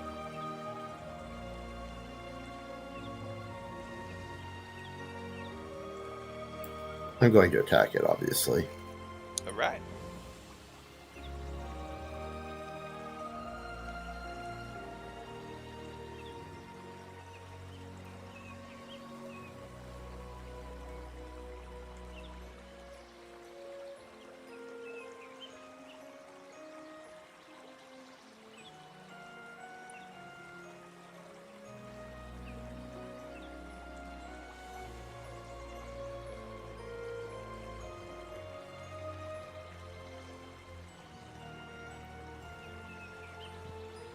God damn it. Nope. Nope. 7 to hit. Oh, a 2. All right. Well, you swing and it whiffs you, and then you whiff it. So And then, yeah, I don't get an You can- offhand. you do. Asterisk Oh, I to do. hit. Isn't asterisk a wild card, so shouldn't you be able to say anything you want?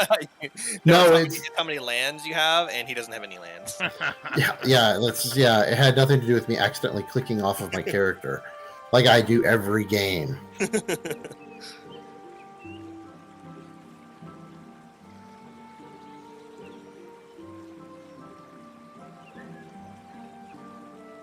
But that'll hit. hold on, that was with I didn't do disadvantage. Oh, yeah. As long as you don't roll below a 9.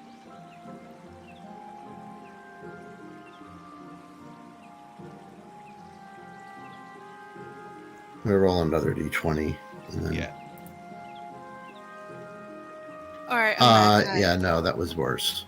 All right. Welcome back. And yeah, that one misses. So you whiff, but it's okay. You're blind. It's frightened. So you're both just kind of like doing that thing where you're like swatting at each other, and both of you are missing. I was looking for an animated GIF to post in chat of that too. Three Stooges. All right. Well, good. It gets to live for another round, potentially. McGee's next. Oh, yes, McGee. Okay, so here's what McGee's going to do. He's going to attack with Booming Blade, and here's how that works. And I'm going to tell you as soon as I pull up. So you brandish the weapon used in the spell's casting. Oh yeah, one of the required components, it's a somatic and material, and the material is a melee weapon worth at least 1 silver. You make a melee attack against one creature within 5 feet. On a hit, it suffers the weapon attack's normal effects and becomes sheathed in booming energy until the start of my next turn. If the target moves 5 feet or more before then, it takes 1d8 thunder damage. So if the bear moves before the end of my next turn, then it takes an extra 1d8 damage. And that happens if I hit, I think. Yeah, on a hit. Okay. Now I'm going to roll my hits. And I guess I don't get any bonus to that. Roll. Oh! Ah! That time it was definitely sexual. I rolled a 20. All right, so that will be crit. While you're rolling that critical damage, which I don't remember what we agreed on doing. I think we've just been doing two dice, right? I prefer double damage dice. Okay, so let's just do that. Double damage dice. And it's a lot less dangerous when you're fighting enemies. When an enemy gets maximum damage on one of their hits, that can be rough. Yeah. So double damage dice. Also, however, roll Vanya's damage for Flaming Sphere again. It ended its turn next to the sphere. But it succeeded its save, so it'll only be half. But you can tell me the full damage. Oh yeah, so that's tell right, me sorry. That's okay. Tell me your total crit damage, and then after that, tell me the total Flaming Sphere damage. Okay, so I attacked with a longsword with... Okay, here's the thing. Like, my offhand is empty. So, shouldn't I be basically allowed to call it a two-handed strike? Is there any reason why I can't use it versatile to get my D10 No. for the damage? No, if you're not using a shield or anything in your offhand, you only have one weapon. Yeah, it's a D10. You're not using an offhand weapon. Awesome. Technically, you could technically say you have your focus in your offhand, but I hate focus management, and because it's so easy to be like, oh, it's my necklace or whatever, and that's just all stupid. For Booming Blade, the material component is a weapon. Yeah. So I'm Yeah. So even if you did, it wouldn't matter. So using Booming Blade, definitely. But even in that case, you only need an open hand, so you couldn't dual wield and use a focus. But as long as you have that open hand, a versatile weapon is like exactly what a Gish uses. Awesome. Because they can have the hand open. So yeah, 1d10. Okay, so 2d10. 2d10 plus. I'm double checking. It's okay. So it's +2, but then I also get 2 damage. Okay. Can I combine versatile with dueling? I actually would mean to ask you about that. Dueling says +2 damage when your offhand is empty. No, sorry. When you're not holding another weapon, is what it says. When you're wielding a melee weapon in one hand, and you're not wielding it in one hand, you're wielding it in 2 hands. Okay. So you can choose. So if I do, it would be better to do D8 and then take a +2 instead of doing a D10 with no plus. Right? So normally yes, but when you crit, you want to use it versatile. And I don't think there's anything that says when you choose whether you're using it versatile or not. So you can wait till you hit to decide whether you're using it versatile. Okay. Okay, so 5 damage. No. That's another question. 7. Asking them when. 7. Ask damage. the group when you get to choose whether you're using it versatile or not. You know, you can use dueling with it if you're holding a shield. So that's literally like the shield one-handed style. But What was that other question? How much damage did you say? 7? I rolled 5 with 2d10. I rolled so shitty. And then it's +2 for my strength. So 7 damage total. Alright, and it's we got to save against Booming Blade. No, there's actually not a save. Just if it moves, it takes damage. Oh, on hit. The hit is essentially the save. If it hits. Yeah. Exactly, the hit is. But here's the best part. I have the mobile feat, which says that if I make an attack roll against a creature, that if I move away, I don't provoke opportunity attacks. And also, my movement speed is 50 because I'm blade singing. So from standing next to him, I can move all the way to the back of the cave. All right. And that's where I end my turn. Just because I want to do that. Oh, and then I have to roll damage for the flaming sphere, right? Yeah. Okay, so that's 2d6 fire damage, and that's 4. Oh, shitty rolls. Oof. That's okay. It adds up. It adds up, yeah. Little bits at a time. All right, and Erevan, you are up next. All right.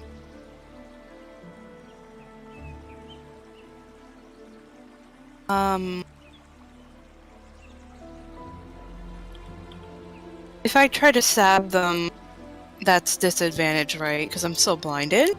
Yes, you are still blinded. Any spell that requires you to see a target, you cannot even cast. And yeah, your attacks would be a disadvantage. Well, I'll still try to attack then. Okay. You can go ahead and make the attack. It would just be disadvantage, so roll 2.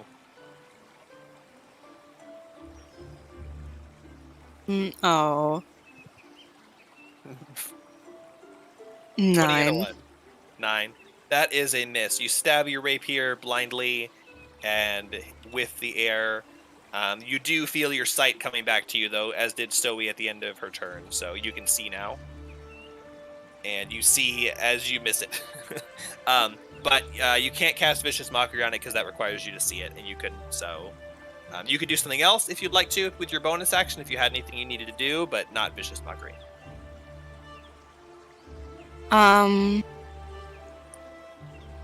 Well... Then I'm good. All right. End my turn there. The 2 remaining bear cubs climb over their brother's or sister's corpse and relinquish their own life energy as the life force drains from their bodies and heals the wounds of the Oh, they keep the doing big bear. that.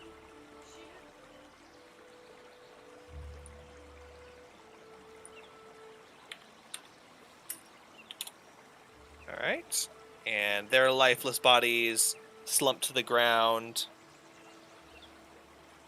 angering the mother bear even more. But no more radiance comes from her body, and Vanya is next.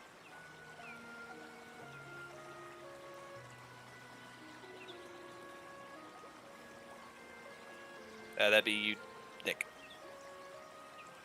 Oh, Vanya's turn. Sorry. Yeah. Oh yeah, that's right.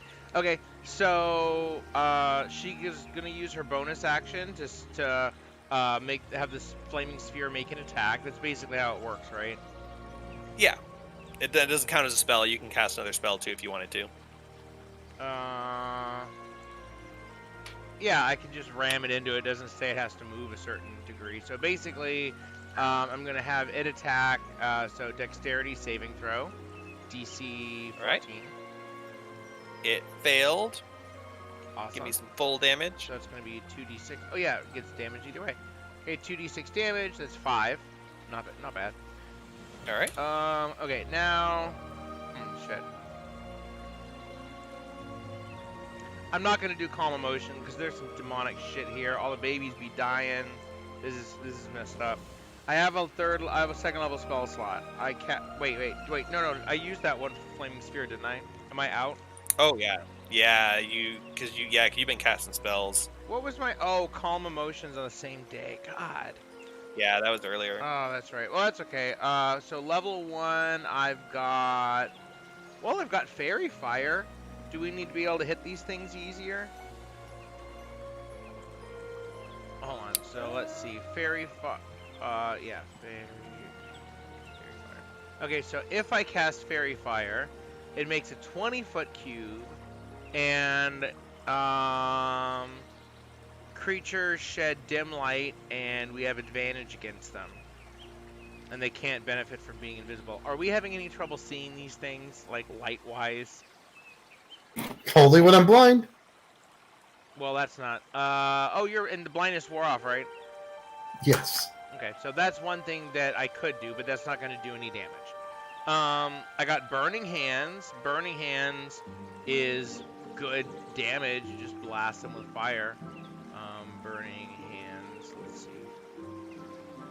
It's going to be 3d6 fire damage.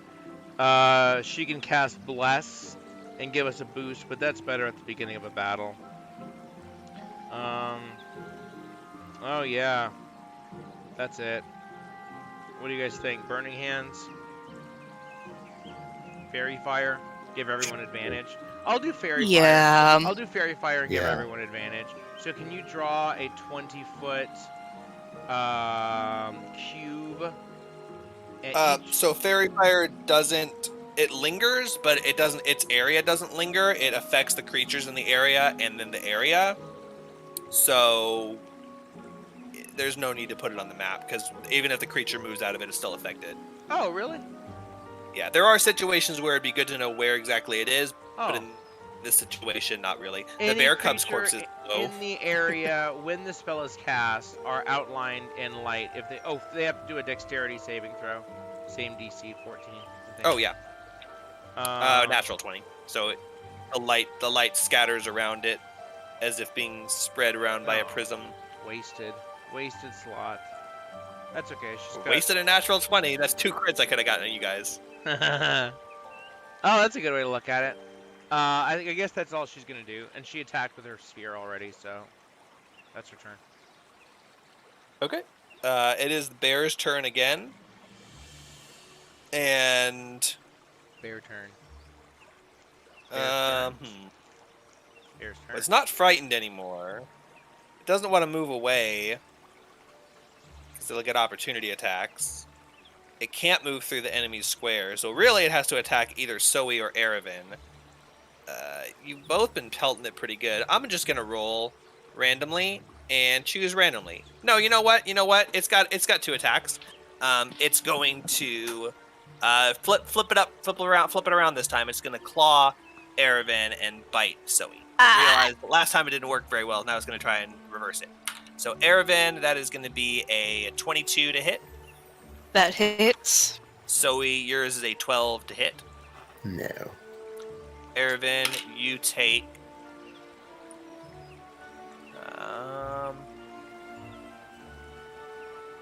14 slashing damage. Right.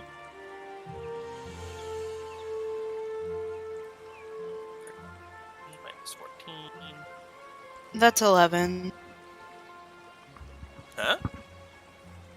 11. I have 11 hit points left, so... What? When did you take damage again that I forgot to track?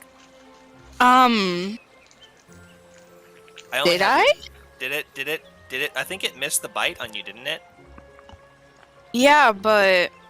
did I miswrite it from when I got hit, with the Radiant Light? You started the day at full HP, you had 39, and the Radiant did 6, so you're at 33. And now you're taking 14. Oh. Which puts you at 19. Oh, okay. Yeah. I was probably just mistracking it then. Yeah, and it was only a difference of 8 points, so I don't know what that might have been. But also aid. Do you have aid written down on your thing? The +5. Oh no, I'm gonna write that. Okay, because that would put it a little bit closer. You're not technically 19. You're technically 24. Okay. But yeah. Not bad. So It's like the yellow temporary hearts from Breath of the Wild. exactly. It goes at the end, so it's not like temporary hit points. Yeah, where it goes yep. at the top. It's at the end. Once you run out of HP, you have a little extra buffer.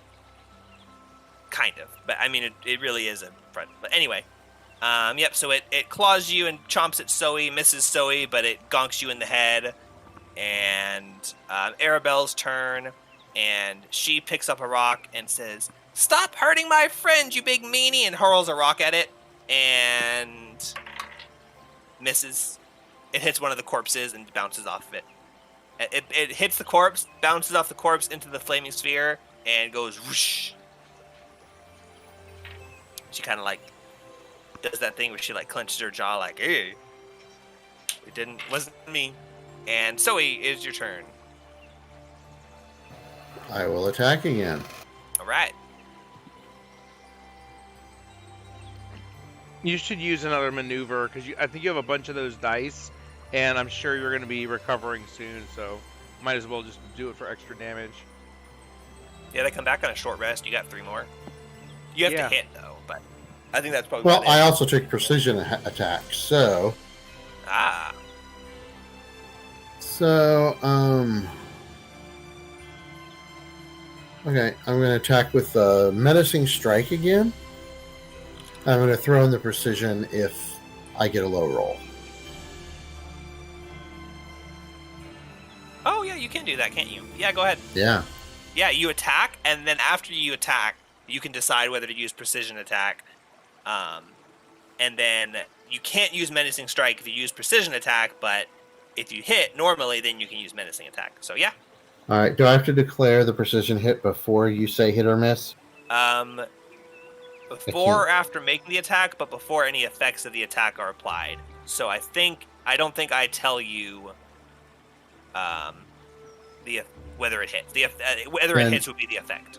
I'm gonna use a precision strike then, because I got 15, and that's just way too iffy for me. I will tell you that you guys have hit with below a 15 if you were paying attention. Not if you were paying attention. I'm just saying that's information that you have.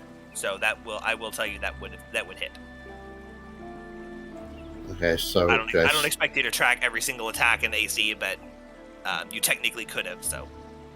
So can I use Menacing Strike then? Yes. So roll your damage plus the D8 from Menacing Strike. And it saved against your frightened this time.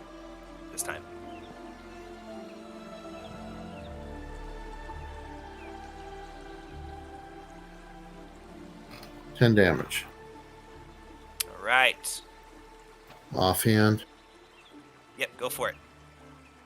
Your Morningstar crushes into the side of its skull, kind of knocks it silly a little bit. As you come at it from the other side and stab it with your short sword and get it good right in the neck. Okay. Yeah, that with the short sword. So yeah, that was the natural 20, so it was a crit. So I have to. How do I add in the bonus damage for that? Oh, is that a Since I natural 20? Yeah, it was a natural 20, and I had it used the combined where it makes the roll for damage with the hit. Oh, hold on. Oh, damn. I didn't know you only had +5. I saw 25, and I thought that couldn't be. I thought it was like a 19. Yeah, So just roll an extra 1d6 and add that damage. that's what I thought, but I wasn't sure.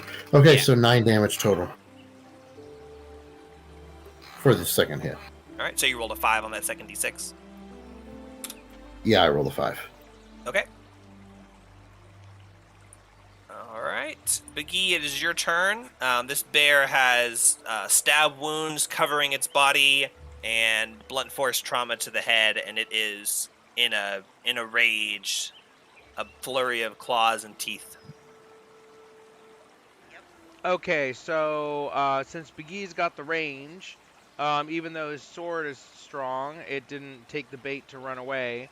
So he's gonna just burn up a first level spell slot and nuke it. So that's gonna be Chromatic Orb. Do I have any sense that any particular element is gonna be more effective than the others? You think radiant probably isn't a good idea, and you Aha! have seen that fire at least affects it. Okay. So well, I can't do radiant anyway. Fire affects it full Yeah. damage, right? You from what you've could tell, the fire didn't have any sort of I think I'm gonna. special effect. I think I'm gonna do acid because that's pretty safe and plus it's cool. So I'm gonna have it be a ball. Begee uses acid a lot. I feel. He's gonna. I think I used acid last time he cast. So chromatic orb, Yep. acid. What's my +5 spell attack bonus? +5. Well. Okay. Yeah, it's always this too. Fuck. Miss 8. You blast it with searing light, and the acid splashes out as the bolt gets closer to it, but it falls short and splashes at its feet, doing nothing, but wasting a spell slot. Wasting. I kind of hate that you can waste a spell slot and it just deals no damage. Like, at least save spells are half damage. Spell attacks are just nothing. Just It's gone. a lot of damage if it hits, though, so that's True, probably has that's something true. to do with it. And you can crit, so it balances out. Yeah. That's okay. I get this mixed in. You know what? I've got a plan for my next turn. I got a plan. All right. And Erevan, you are next. All right. So, I'm gonna stab them again. All right. Hopefully That'd be not good. blind now. Nope, you're no longer blind. You still got Cool. some little light sparklies in your eyes, like if you were staring at the sun, but you can at least see. Oh, can we say that Begee tossed Zoe the war pig before he ran away from the bear? Yeah. While he's I mean, there, he- he goes, "Oh, hey, Zoe, you might find this useful." And he tosses it to Zoe with an awkward wink. And He gives could have him been a- 12 used to it hit. the whole time, but 12 total is a miss. You can try the Dang. vicious mockery if you want. Yeah, I was about to say that. All right. I It failed cast its Vicious save. Mockery. Ooh, alright. Roll some damage. 1d4, I think it is. Alright, cool. Thanks, James.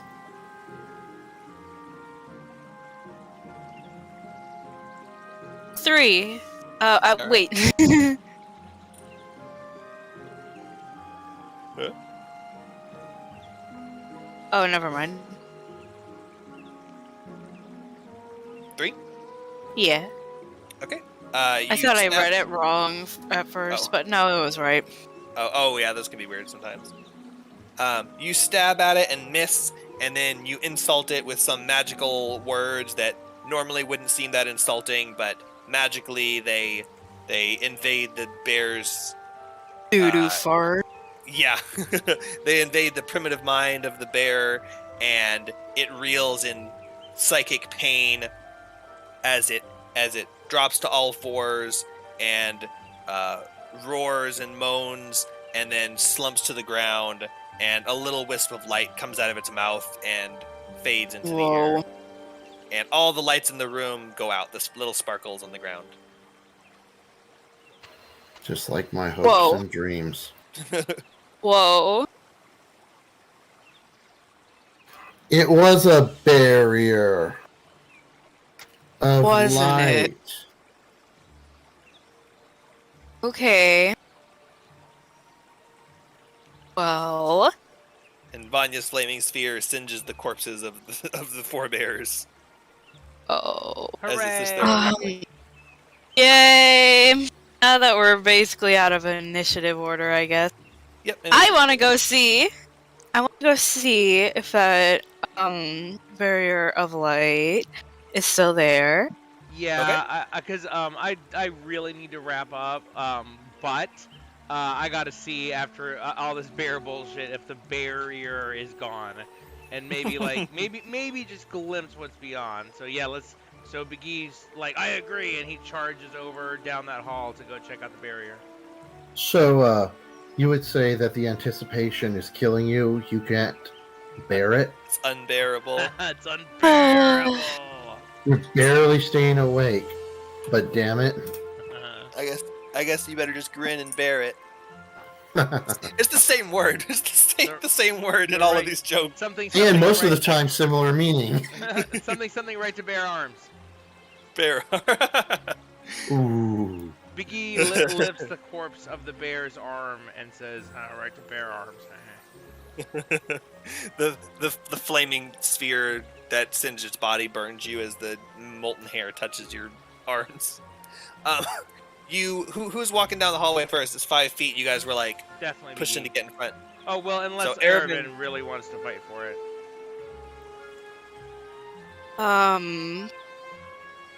No, I don't want to fight. Okay, Big Alright. E charges in front and to see if the barrier is gone. All right, you walk down the first 10-foot range of the hallway, and you get to the corner, and you start walking in the direction where you saw the barrier, where it appeared when you got within 5 feet of it, and you start to reach that intersection, and nothing appears. And the end of the hallway is 5 feet away, which is 5 feet closer than you were last time. And it turns to the right. Looks like you were right, Zoe. Barrier that it was. I've got to know if you actually planned that, Jake. Barrier? No. Wow. Oh my god, that's so awesome. Was this tunnel? I just a honestly, wall? I assumed that was not No. just chance. I assumed you planned it that way. No, I did not plan the word, the pun. I did not plan the pun. Barrier. Oh, okay. That was a just coincidence. Just the pun was not planned. Yeah, that's all I was talking about was the pun that it was Yeah. a barrier. You came up with that, and that was just accurate. It's accurate. The tunnel does not dead end. It turns to the right. After this game, we're going to be playing 1 to 2 of Avernus, and then a Oh, one shot. shit. Do you want to do a little bit and see what's in the next room, or wrap up for a month? I really want to I see think this. we probably have. If you got I 10 really- minutes, No, I don't have 10 minutes. 5. Yes.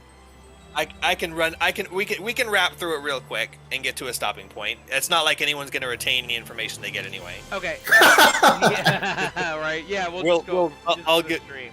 Okay, so just narrate the last 5 minutes. So you turn the corner, and you peer into a room.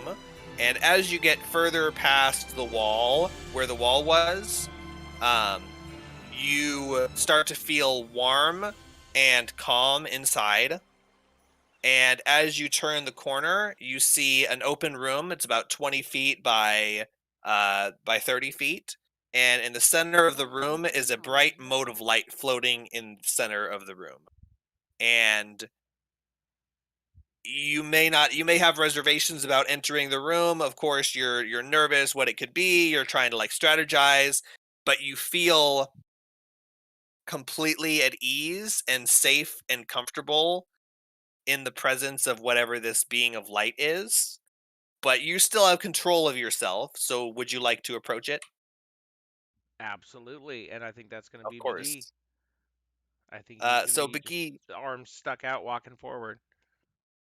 Big E starts to walk towards this light of energy and warmth and safety. And as you get closer, it slowly dims, but it's still floating there.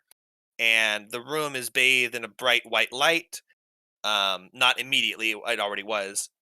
And as you enter the room, you see a little girl on the far end of the room to your right, sitting and facing away, staring at a wall. Oh, Whoa.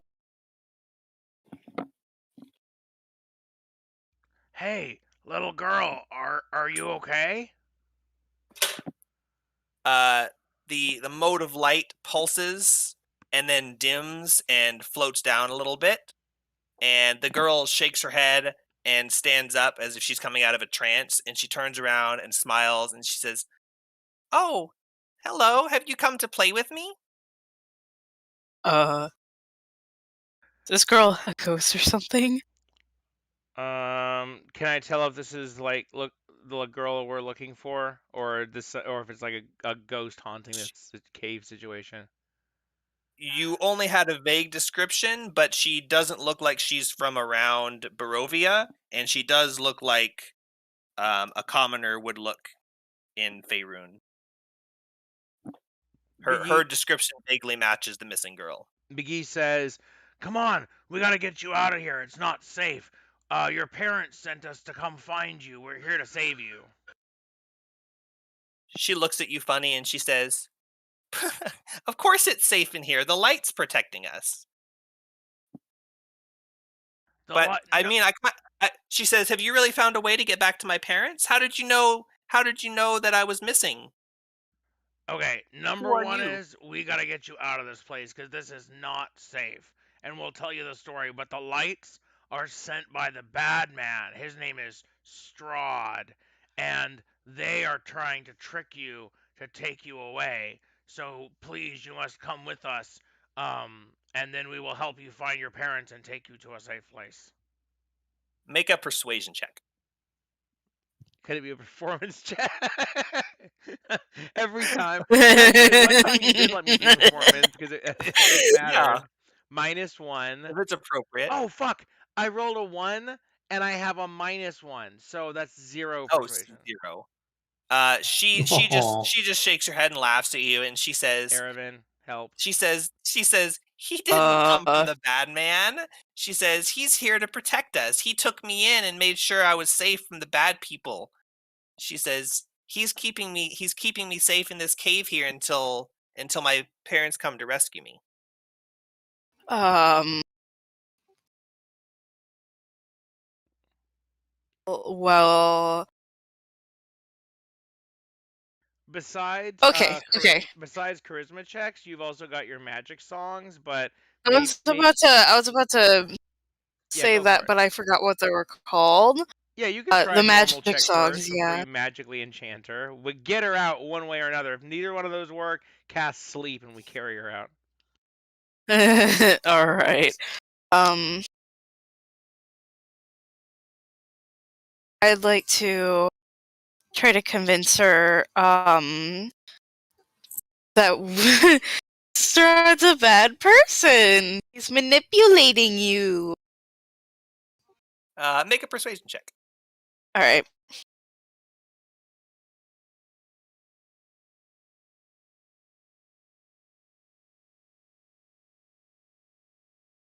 $20, not natural. Okay. She looks at you and she says, "Well, I mean, if you say so, but I was being chased by the werewolves and I ran into this forest." What? No, no, no, no, no, no. I was being chased by the werewolves and ran into this town and escaped from Strahd, but I didn't feel safe in this town. and the light made me feel safe, so I went into the forest, Oh. and now he's protected me from the bad people outside. And as she's talking to you and you're convincing her, she's like starting to kind of listen to you. And then you get flashes of visions, and you see yourself at the happiest point in your life, whatever that is. For all of you, imagine it to yourself so we can wrap up. You see flashes of yourself Wow, this is happy, the happiest and vision of my life, and it's you guys you're don't want to know what it is. I'll describe It's no. just darkness from a time when he didn't before live. he was born. Oh, this Um, beautiful time when I didn't exist. Before all the suffering uh, began. you get flashes um of whatever your happiest moments were. You have flashbacks to when you ate your favorite food and drank your favorite drinks, so pizza rolls, Dr. Pepper. And then you flash back to reality, and it feels like you just ate a full meal of whatever your favorite meal was. And um, she says, if I really have to leave him, I guess I'll go with you, but you'll make sure I'm safe, right? Yeah. Because she says, you have a better place for me to go than here, right? Well, we can certainly try to find one. Based on what you've seen, is anyone trained in religion? Let me check. You know what? I am. Nature, religion, or arcana. Everyone make one of those checks if you're trained in one of them. Tell Okay. me what check and what result. And sorry, I know it's where I'm going over time. I'm trying to wrap it up, but What did you say again? I heard arcana, religion, Arcana. or nature. And just tell me what's your check and what the result is. I'm not proficient in any. You don't get to make a check then. All right. I got a Make that, 9. 9, and Vanya's what? Vanya's, oh my god, Vanya's 7 and Big E is 9. Ugh. Yeah. Okay, well, from what I'll say this, based on what you know, you're looking at this creature, and it looks like a will-o-wisp, and you know how will-o-wisps behave. That's a common thing that people know. They entice creatures with a false sense of security and bait them into traps to feed on their energy, and then like kill them and stuff. But this creature doesn't seem to be behaving like that. So you don't know what it is, but if it was a will-o-wisp, which is pretty much the only other type of evil light being, you would all probably be dead, and so would she. And so you don't think it's that, but you really have no idea what it is. You think it might be some sort of undead Wait, can Vanya use creature, or inspiration? Vanya has inspiration, right? yeah, We never used it. yeah, sure. Roll. Yeah, she can use inspiration and nature 19. check or religion. 19. Okay. So, It's real. It's on the that's stream. perfect. So she looks and she thinks about will-o-wisps, and then she thinks back to the ancient lore she might have heard, and it's really not her domain. It's really more of a fae or a nature type of creature. But it seems like this might be a rare legendary creature called a sun ghost. They pretty much are the cousins of will-o-wisps, but instead of baiting creatures and feeding on their energies, um, they feed their victims happiness and safety and protect them, and they get fulfillment out of protecting people who can't protect themselves. And they're SJWs. formed like what? They're SJWs. SJW? White Yeah. knights, yeah. And they're usually formed when the spirit of a good aligned fae or celestial dies in a tragic incident. Oof. So it's not necessarily good itself. It's more of like a neutral, benign type of creature, but what she's saying fits the description of this ancient spirit creature that looks over and protects those who can't protect themselves. And Oh, she's okay. found its way into its den, and it's holding her here, but it doesn't seem to be hostile against you at all.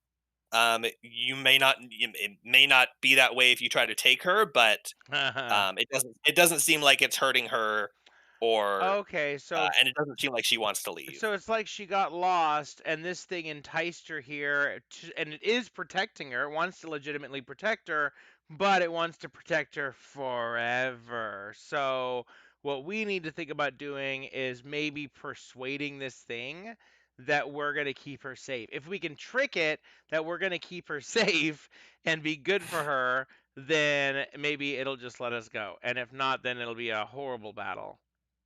It also might not be a terrible idea. Where are you going to bring her?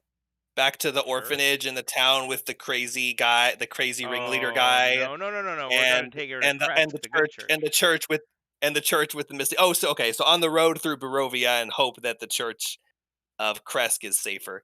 We'll have to think about it. Vanya speaks up and she says, "Wait, this creature, I know it. I am a cleric of light, and I I have heard about this in my studies. Most other clerics do not learn about these creatures. They're usually not hostile, and they are great protectors of innocence, and they can be trusted to protect them and preserve their lives for an indefinite period of time. It might not be a bad idea to let the girl stay here in the relative safety of this hidden, sacred, secured grove protected by radiant energy, and let her stay here so that we don't have to lug her around and figure out what the hell to do with her for another 5 years of sessions." Eh, Too bad we killed all those bears. Oh yeah, she says, "Oh, don't worry. Mr. Light will protect me, and anything that he can't fight, the bears will protect us. I love playing with the cuddly cubs and ruffling and roughhousing with the Oh. mama. Oh, they're so sweet and cuddly. They'd never hurt a fly. You know, I think Unless it tried to hurt 'em." I think that's the perfect place to end the stream. I don't think that yeah, it really is. I don't think it gets any lower than that. Um, the three cubs that were outside walk in, and they're bouncing just as happy as ever. And they walk up to her, and she starts petting them, and she says, "See, look at how cute they are." What? And Okay. a little wisp of light glows in their eyes, and then disappears as the sun ghost pulses. And you see the mama bear standing in the hallway too. I'm googling sun ghost after Oh, this. Okay, I me too. I really have to log off now, so I will see you guys That's it. later. Okay, I'll see you next week. Good I night. just didn't want you guys leaving with the idea that you're gonna try and fight this freaking thing. No. That's funny. No, that's cool. And yeah, we can we'll pick up next time. Yep, in a month. Yeah, in 1 month. Yeah, it's time to go work on our paladin and druid. All right. Well, I don't know if I'm gonna be druid or sorcerer because I'm that's getting a lot of right. ideas, but yeah. We'll talk. Take your time. We got a couple of weeks to figure it out. So take your time. No